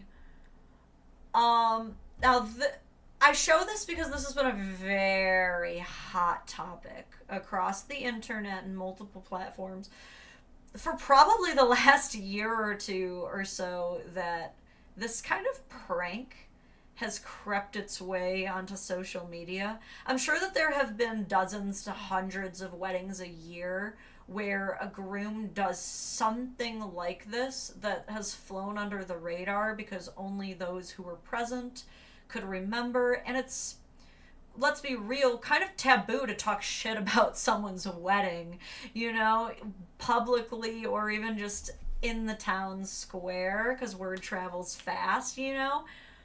But now that we're in the social media era where everything makes its way online somehow, we're starting to get a lot more of these sneak peeks into weddings where grooms are, for some reason, choosing to grab their bride's face on a day that probably everyone knows or should reasonably know, one of the most expensive days for hair, makeup, and general aesthetic. Additionally knows and understands, presumably through rehearsals and such things leading up to this, that there would be a full reception following with dancing where people would be trying to enjoy themselves, but chooses to smash her entire face into the cake. Oh man, I think I just missed a super chat, but it's not showing up for some reason. Was it a Twitch thing? I'm so sorry to whoever donated. I thought I would have time to read it, but I can't see it in my restream chat. I'm so sorry, but thank you so much. When I go back and edit this, I will find it, and I will try to message you. But yeah. And a lot of people are having very, very strong reactions to this kind of phenomenon of grooms behaving this way. Is it just a silly, quirky, heat of the moment thing? Is it more insidious than that? Is it like a power move to kind of like show the world, like, you can't escape now, I can do whatever I want to you, and you just have to deal with it? It's one of those things where it's like annoying and cringe at best, but also like the deeply insidious red flags of a covert narcissist at worst. And if the prank at best makes you look annoying and cringy, but at worst has you like on some people's lists, maybe we don't need to do the prank. You know what I'm saying, fellas? Like, this is one of those delusional ideas that people are having of like, again, at best, they let the intrusive thoughts win. But if any part of you even gets to this point of considering that intrusive thought, I hope that this moment and this conversation that we're having that makes its way in to kind of just like stand in between you and that very bad decision. You know what I'm saying? Because I don't know how else to say it. Smashing your wife's face into the cake, both ruining her makeup, ruining her hair, and ruining the cake, because, like, sir, the chemicals that go into a bride's hair on her wedding day could probably kill a rhinoceros. You know what I'm saying? Like, you have made the cake pretty uneatable. People send back entire plates for one hair being in the food. You've now ruined hundreds of dollars of things. This is men aren't allowed to have fun. What's stopping him from shoving his own face into the cake then? That's one way to have fun. That's a direct way. He'll be eating cake all night with how much is left over in his beard. What's stopping him from having some fun? Take the whole thing and shove it on your face, my guy. Have a blast. You know? Like, there's also feeding each other the cake. Maybe get a little bit on their cheek. Maybe. But, like, how much blow did they let this guy have before the wedding? Let's be real. Even at my most devil's advocate, I'm having a hard time going to bat for this guy. Okay? If we did it for the vine, I hope the payout was healthy, okay? Just and guys, even if your wife is like, wait, let's do it for the vine, don't let her intrusive thoughts win, okay? You take leadership in those times and you agree, let's just have a good time, okay? Oh man, now I want cake. Hungry Dadvocate is hungry. Oh man, if this isn't up, I took the screenshots of this. Yeah, okay, this one's good. This one's like the delusion of the day. This is the one I really wanted to tell you about. But I have to eat and go to the bathroom real quick, and I have to read Gus's super chat. So I'm going to read this. We're going to take the quickest of breaks, y'all, before we get into the delusion of the day. Gus, thank you for the 10. Very kind. Says, I know I'm late and I don't have enough words here, but I'm a Jehovah's Witness, and I'd be interested in discussing the divorce topic a little more, especially since you're such a good debater. Dope. Email me at lauren@dadvocate.net. That would be kind of fun to have a Jehovah's Witness on here for some discussion. I've been wanting to spread out the repertoire, you know, get some of my poly audience in here to discuss some things, take some questions, give some answers. I'm not trying to live in an echo chamber, you know what I'm saying? I like to sip from the fountains of anywhere that is offering and even like remotely filtered water, you know. And if not, I bring my own filtration systems, okay? I can seed out a little something from everywhere, I think. Oh, Black Templar, you just got here. I swear this BRB is going to be the quickest BRB. Jack, so good to see you. Simi and I were guilty, but we also did it budget. Wait, in reference to what I'm so confused. I'm so sorry. I don't know what you mean of what you were guilty of. We talked about so many weird things, so you're going to have to really specify. Okay, do you guys want me to keep chat on screen while I go BRB? Maybe I shouldn't do that. That might be unsafe. Okay, it is currently 1:06 p.m. EST. I'm going to give myself like 10, maybe generously 15 minutes to grab something quick to eat because you all know I hate eating on camera. Go to the bathroom, come back.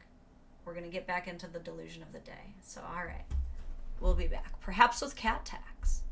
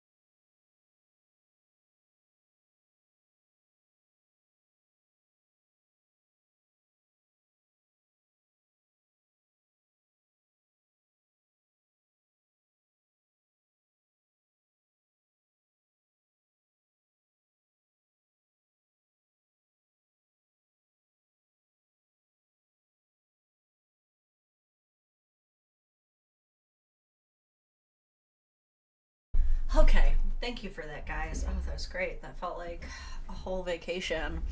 I had some soup. I let the dogs out. Went to the bathroom. Sent a meme.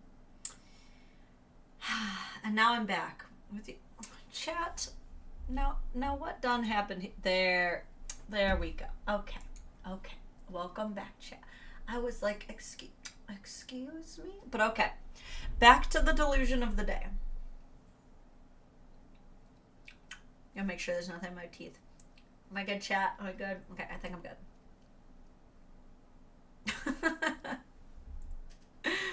What? Come on back, everybody. It is time. Our story of the hour. Our delusion of the day. A 33-year-old female boyfriend, a 40-year-old male, is expecting a child with his ex-wife, a 39-year-old female.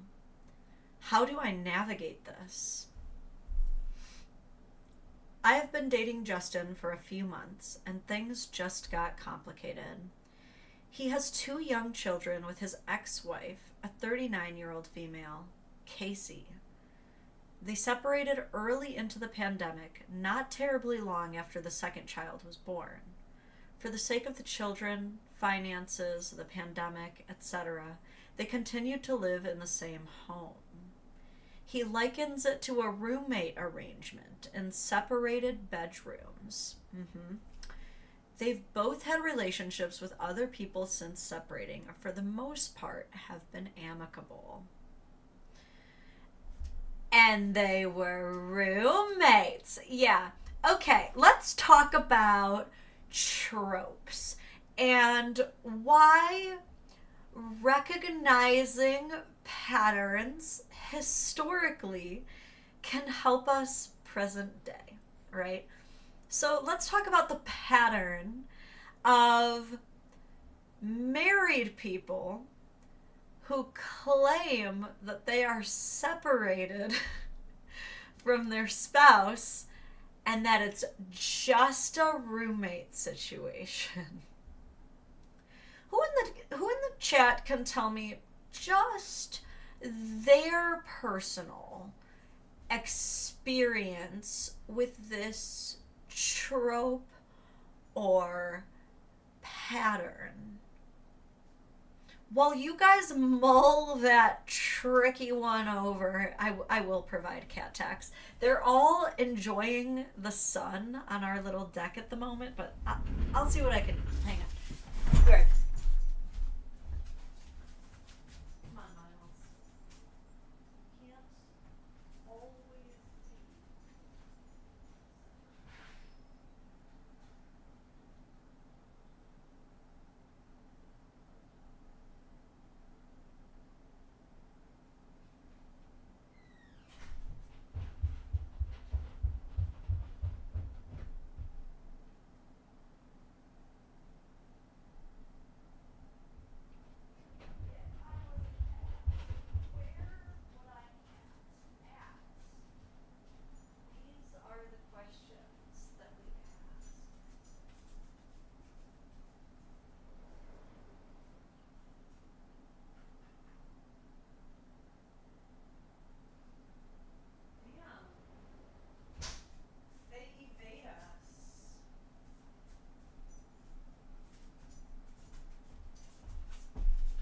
I cannot help you today.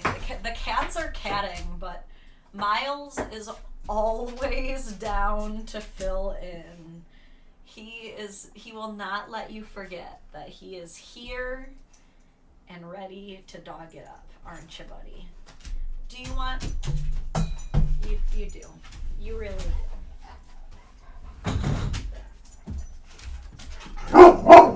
I know. Thank you, buddy. Thank you. Good boy. All right, go on. Good boy.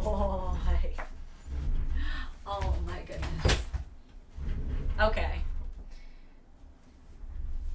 Are you entertained? Okay. I will let you know if I hear a meowing, but they are off living the warrior's life. Okay. So, hold on, let me read your comments about anyone have any experiences with that. Yeah. Look, I'm sorry, but you simply do not want to get involved with someone who still lives with their ex. It's just that cut and dry. And there's always going to be people who are going to say, oh, but there's exceptions, and oh, but that happened to me and it wasn't like that. And like, sure, but like, you should be able to agree it's a fine general rule, though, right? It's a good general rule. You live with your ex and you're just kind of undateable. I don't know what to tell you. You gotta move out. You can't live with your ex if you want to date other people, unless we'll move on. Casey, the ex-wife, who's, I think they're still married, maybe not. Casey has now announced she's pregnant early into second trimester. She's early into the second trimester. Girlfriend has been dating the baby daddy for a few months. Trimester means 3. So, Doom for Zombie says, my mom is in a weird place like that with her ex. I understand how you can get trapped, but the realities of your undateableness, unfortunately, I cannot control. I'm just here to feed the realities here. So the timing on this is sussy. It's running very close. I'll tell you that. Okay? She goes on to say, she was pregnant before Justin and I started dating, but she has just told him now. He had provided sperm samples in the past when they were trying for another child.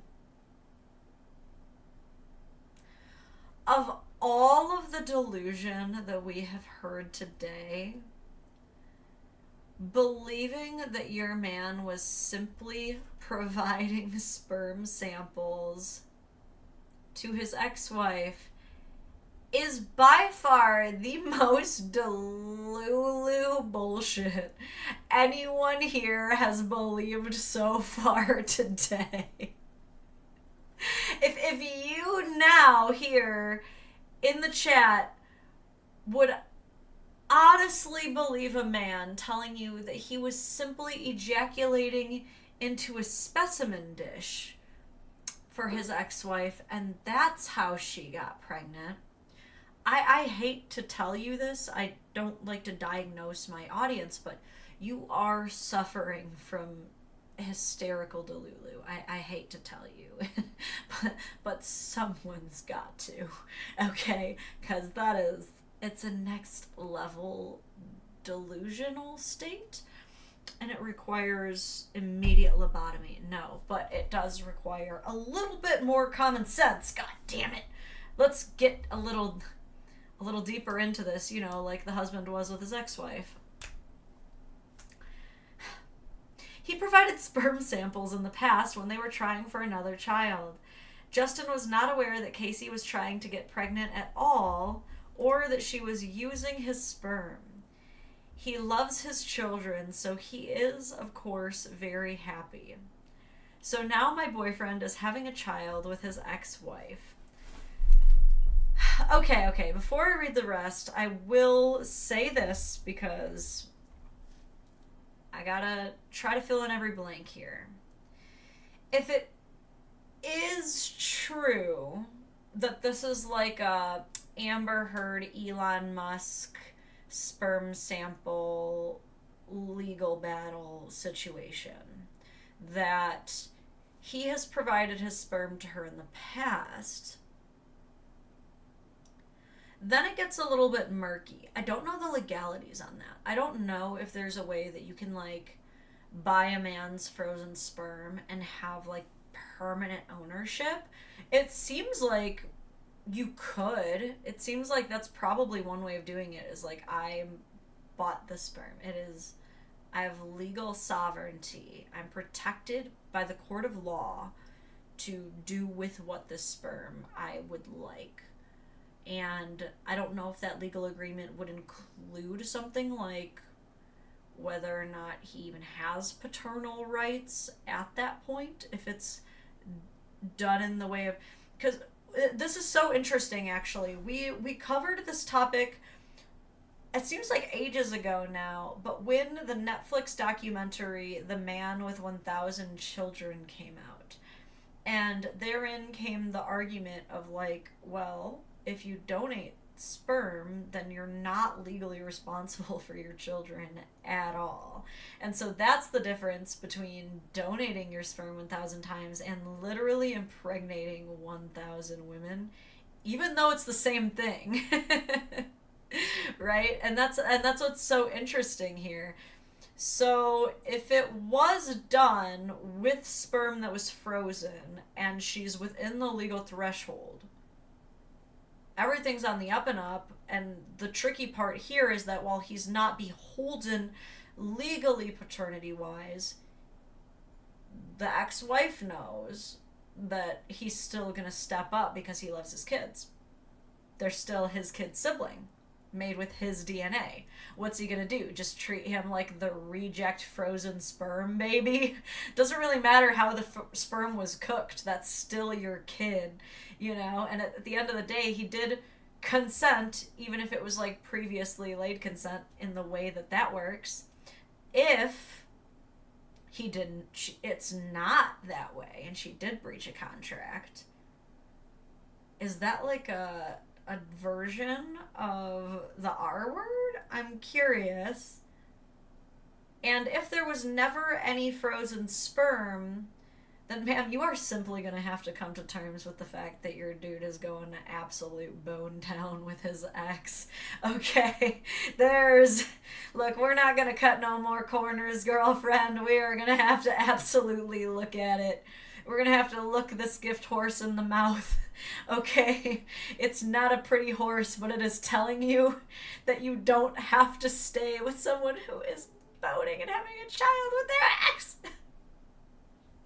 You don't have to. Okay. Now that I have kind of explored... Someone coming to fix my windows again? Good lord, these dogs are excitable. I'm gauging to see if this is worth investigating before I continue. All right, let me chill out the dogs real quick. One sec.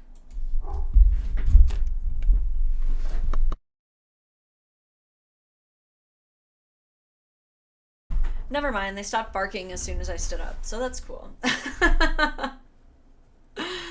Okay, the OP goes on. So now my boyfriend is having a child with his ex-wife. So far, I haven't had an issue with them still living together. Malleable. That is the word that comes to mind. A malleable woman. I don't agree with it necessarily, the misleading of their children, but I do understand why they're doing it. He had told me before the pregnancy announcement that he was still planning to live with her for some time.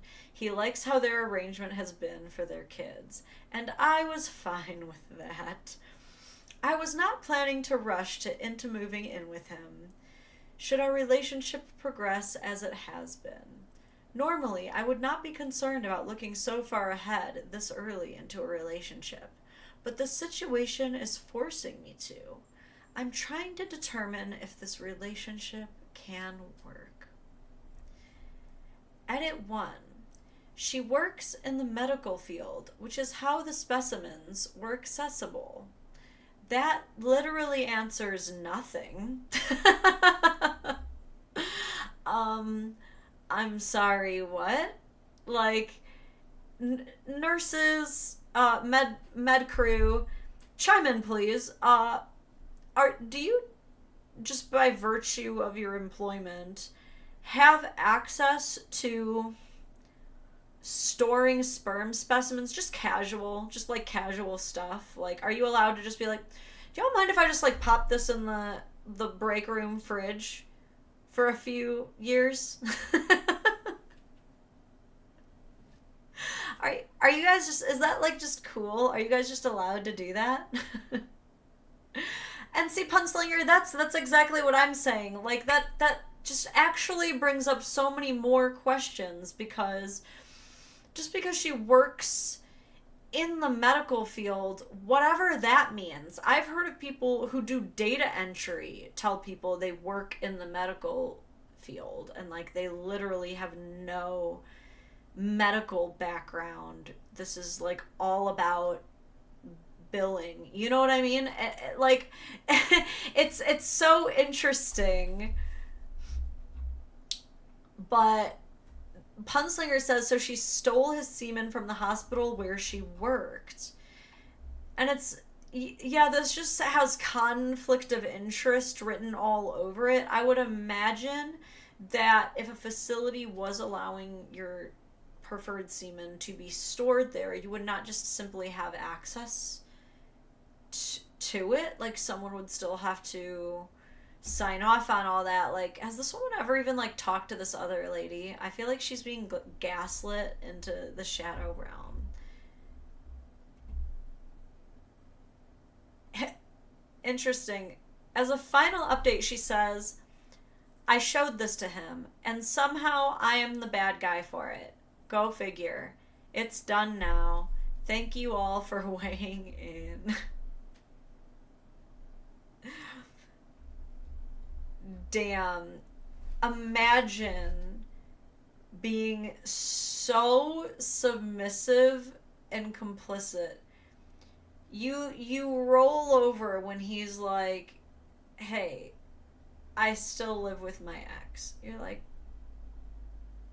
that's fine. It's fine. And then he's like, and you know what else? I'm gonna keep living with my ex. I like it. And you're just like, totally cool.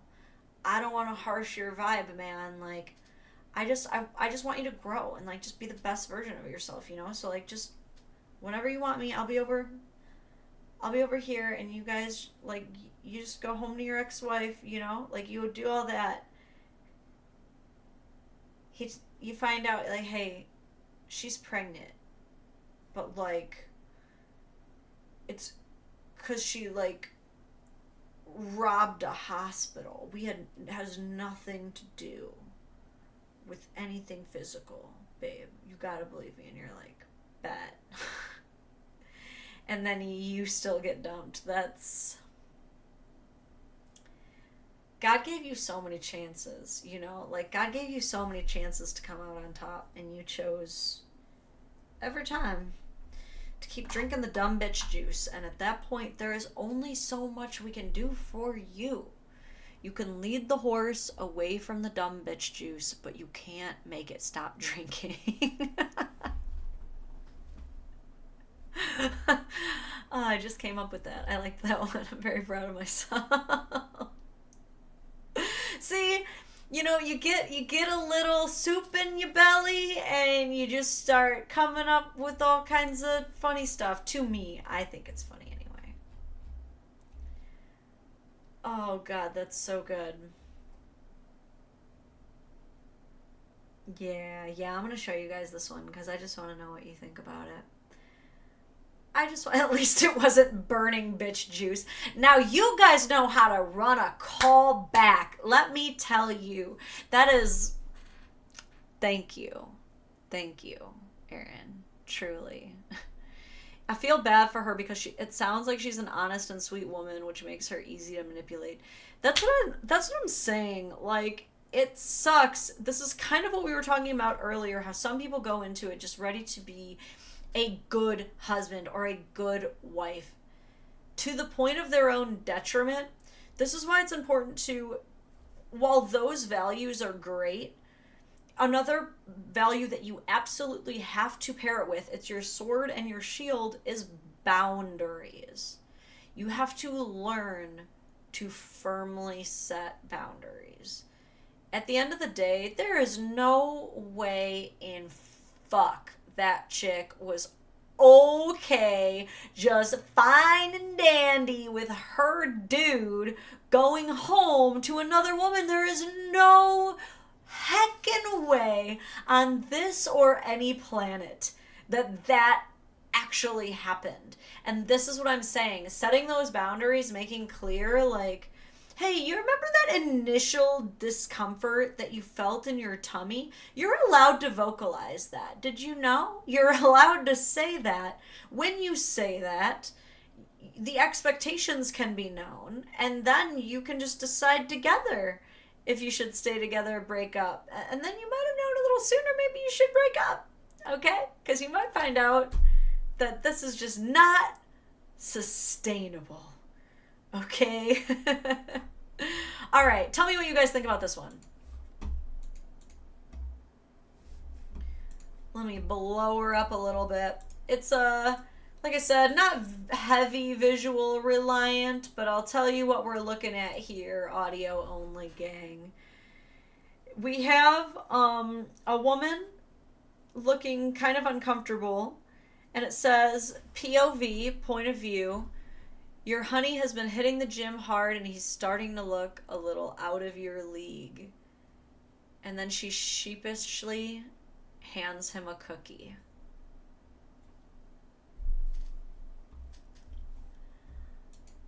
There are, speaking of tropes, there are a lot of historic references to this. This is like one of those low-key mating strategy moves. Like, there's a lot of men very focused on the pickup artistry of the initial, like, draft cuffing season of the mating game, right? A lot of men heavy focus on just getting in the door. Women's mating strategy is very focused on how can I, like, get the longevity? How can I secure the long-term stability, right? And so it's just very funny to me, in a way, to observe and witness the way that, like, we will just kind of casually tell on ourselves and say that, like, okay, well, you guys are trying to find, like, the most youthful, kind, demure, whatever it is y'all look for, woman.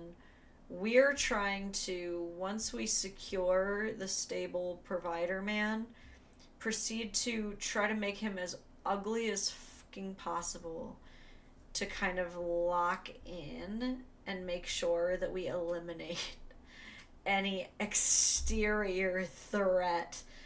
That is a nefarious, diabolical work when you think about it. Doom for Zombies, by the way, I sent you 2 emails. Thank you so much. I will check that out.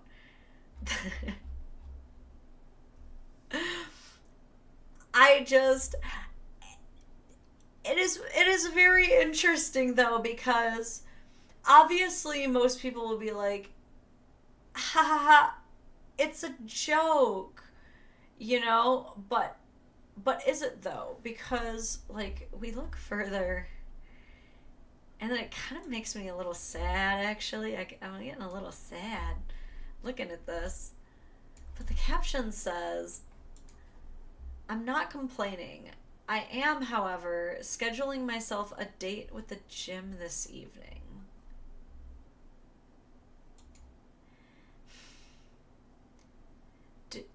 Am I supposed to be, like, cheering at this vulnerability to, like, empower my fellow woman here? Because I don't really know if we need to broadcast every one of our insecurities. Like, and it's a little bit strange to me because there are definitely days that I look at my husband, I'm like, you're looking somehow even hotter than usual.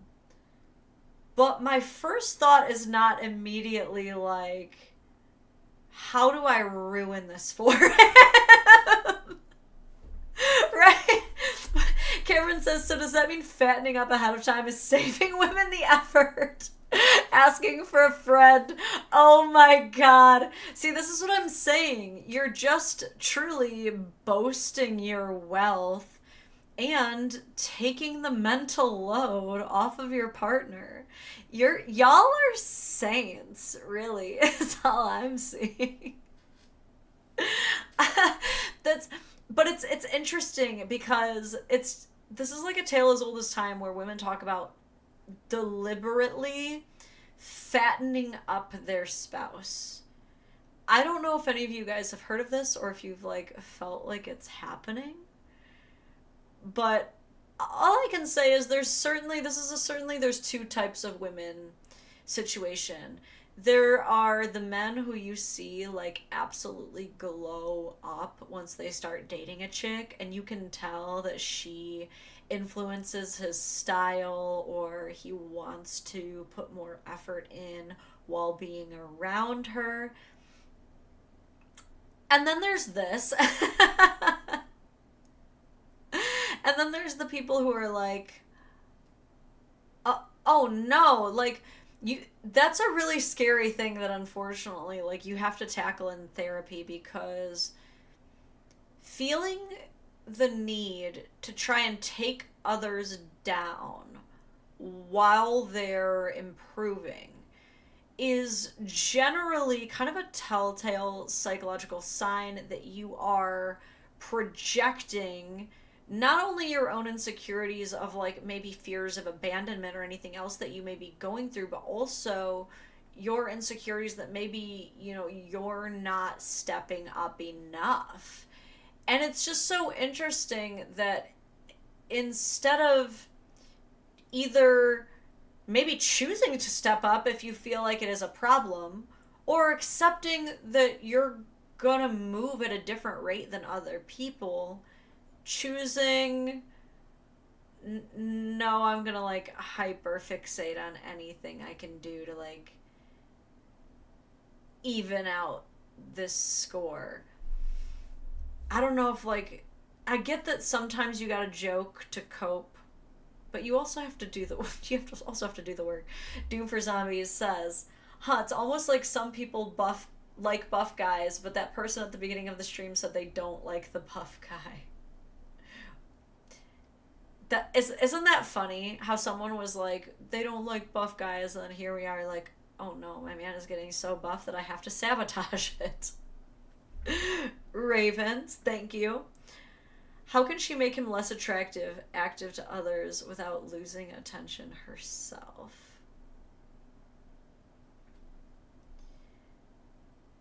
Yeah, isn't that interesting too, that like he's not even on her social media page at all? And I don't know if that's like another tactical mating strategy, like, I'm gonna brag about how hot my husband is, but like, you don't even get to see it. She doesn't want them in the DMs. And maybe rightfully so. Look, let's not pretend that mate poaching is not a thing. Okay? It is. It is like observed societally. It's very fascinating. When a woman speaks extremely highly of her husband, when a man is seen as already vetted by a good woman to be a man of character, long-standing citizenship, able to maintain a domestic home and or possibly even children, he becomes very poachable. And the trope of the man stealing Jezebel is a thing, and obviously men are to blame if they step out on their wives, obviously. I'm just saying that your man will be approached less if he forgets his wedding ring than if he wears it. And these are just the crazy real facts here, okay? Again, I'm not here to say things that are nice. I'm here to warn y'all of the dangers and perils of the world. Oh, you mean like you yourself dedicate? Wait, for what? Oh God, I never know what people are referencing. I read a comment and I don't even know what I'm talking about.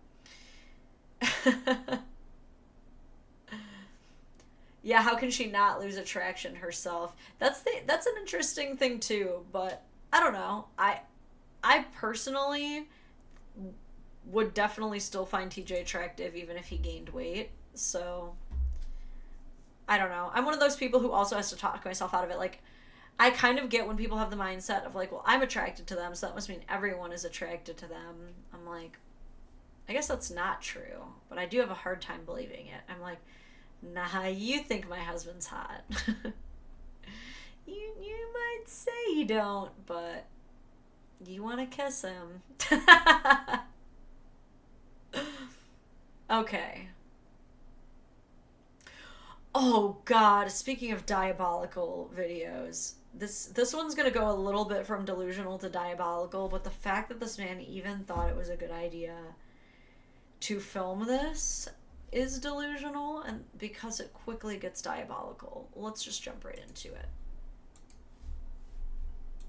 Let's get this over with. Okay, can you not be rude? Hi. Hi, Kai. Brandon said that you wanted a photo, so my friend and I, we decided that we would send like a video instead because we're girls and we get it. We've been there and you have nothing to worry about. Brandon and I are just friends, so there's seriously nothing to worry about. And we just want you to feel good and calm. We just came to hang out. Can you stop being rude? Don't listen to him. It's not funny. He's just kidding. Yeah. You have nothing to worry about, girl. Let's get this over with. Okay, can you not be rude? Hi.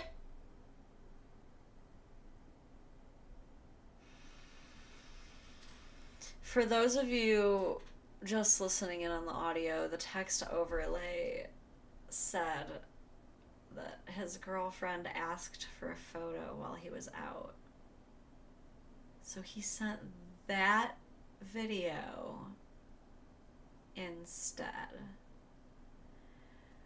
Taking bets, do we think he's still alive? Like, I'm not confident that he is not, like, in one of her, like, childhood friends' trunk as we speak, quite frankly.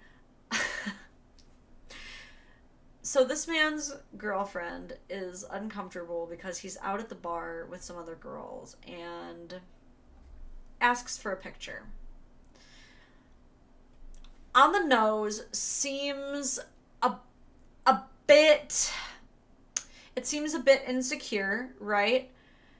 Being more charitable, though, for the context, it could just be like, oh, like, send pictures. You know what I mean? Like, it could just be as innocent as that, right? I personally love when my husband sends photos when he's out and about without me. It's just a cute way of staying close with people. Okay. But even if you read it as, like, she's being insecure, like, I cannot stress enough how, like, the most diabolical thing that you can do is, like, if a girl ever tells you, hey, this friend of yours makes me uncomfortable, or, hey, can you just, like, fill me in on the situation because I'm feeling a bit uncomfortable, you never tell the girl, I'm only doing this because you make my girlfriend feel uncomfortable. You might as well just cheat, bro. Honestly, you might as well just cheat. Like, you know how you guys feel when you, like, open up to a girl about, like, this is something that makes me feel really insecure, and then she brings it up in an argument? Yeah, it's that deep, dude. It's like when someone apologizes for your behavior when you're not sorry. And you're like, how dare you betray me? Like, I'm standing 10 toes down on that. Like, how dare you? You know, you do not tell these people, yeah, I guess I have to stop talking to you because my girlfriend doesn't like it. Just either break up with the girlfriend and then you guys can make all the jokes you want, or don't do that. I mean, any ladies in the chat, can you weigh in? How would you feel getting this video?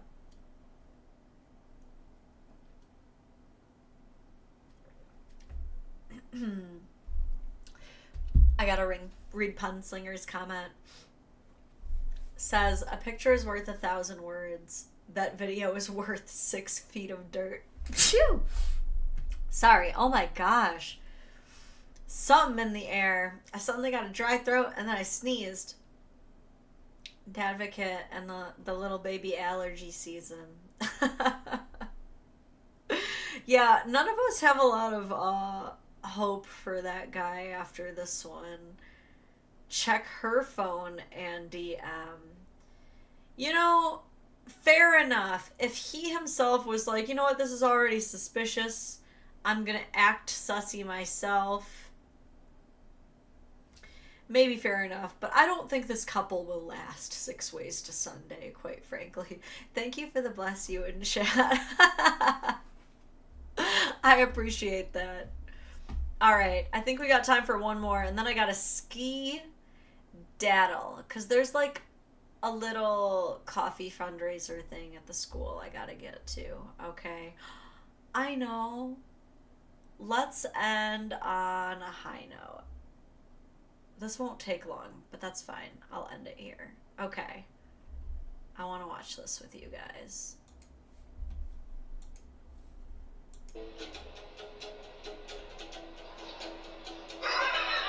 Dude, she looks just like her dad, doesn't she? Like twins.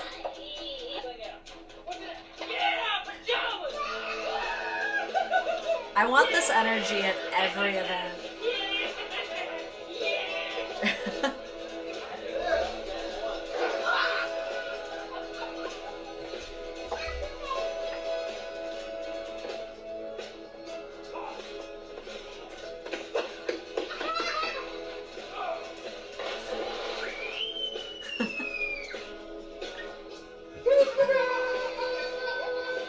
Aw, dude.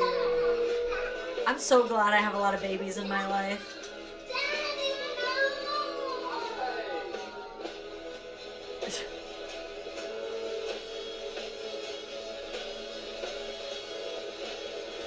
Oh, dude, now I'm gonna cry.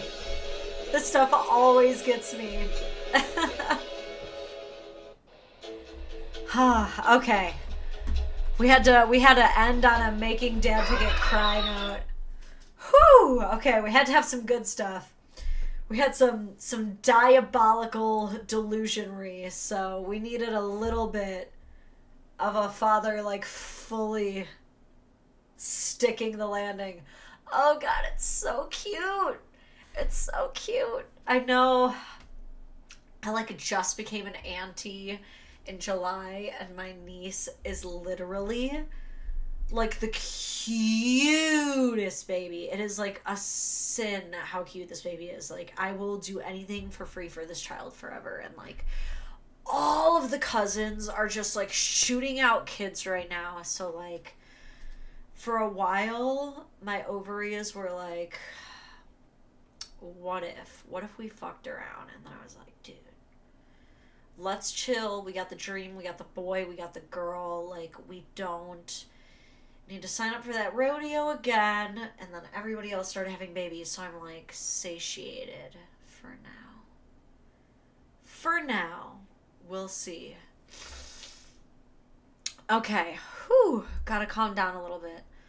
Crying. Lauren just had an egg drop. See, that's the thing, is if we could lay eggs, like if I could just lay a small egg and then just like incubate it and watch it while it grew outside of me, I would just be like so much more ready. But I am like so tiny, and having kids is hard.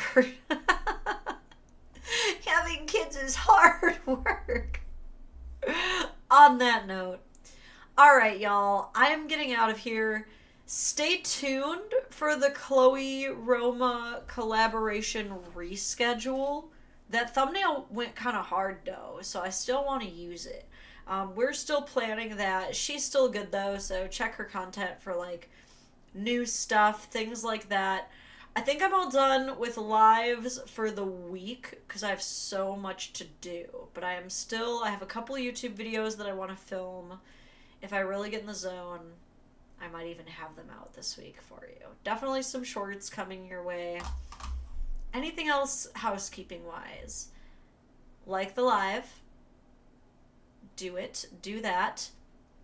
And like I said, one additional thing that's really going to help my channel out, especially while I'm in like shadow ban hell on TikTok and I'm rebuilding my Facebook page after getting broken into and taken over by AI shit posters, is if you want to become a member on this channel or a patron on my Patreon, comes with exclusive merch, exclusive lives, early access to videos, all that kind of cool stuff.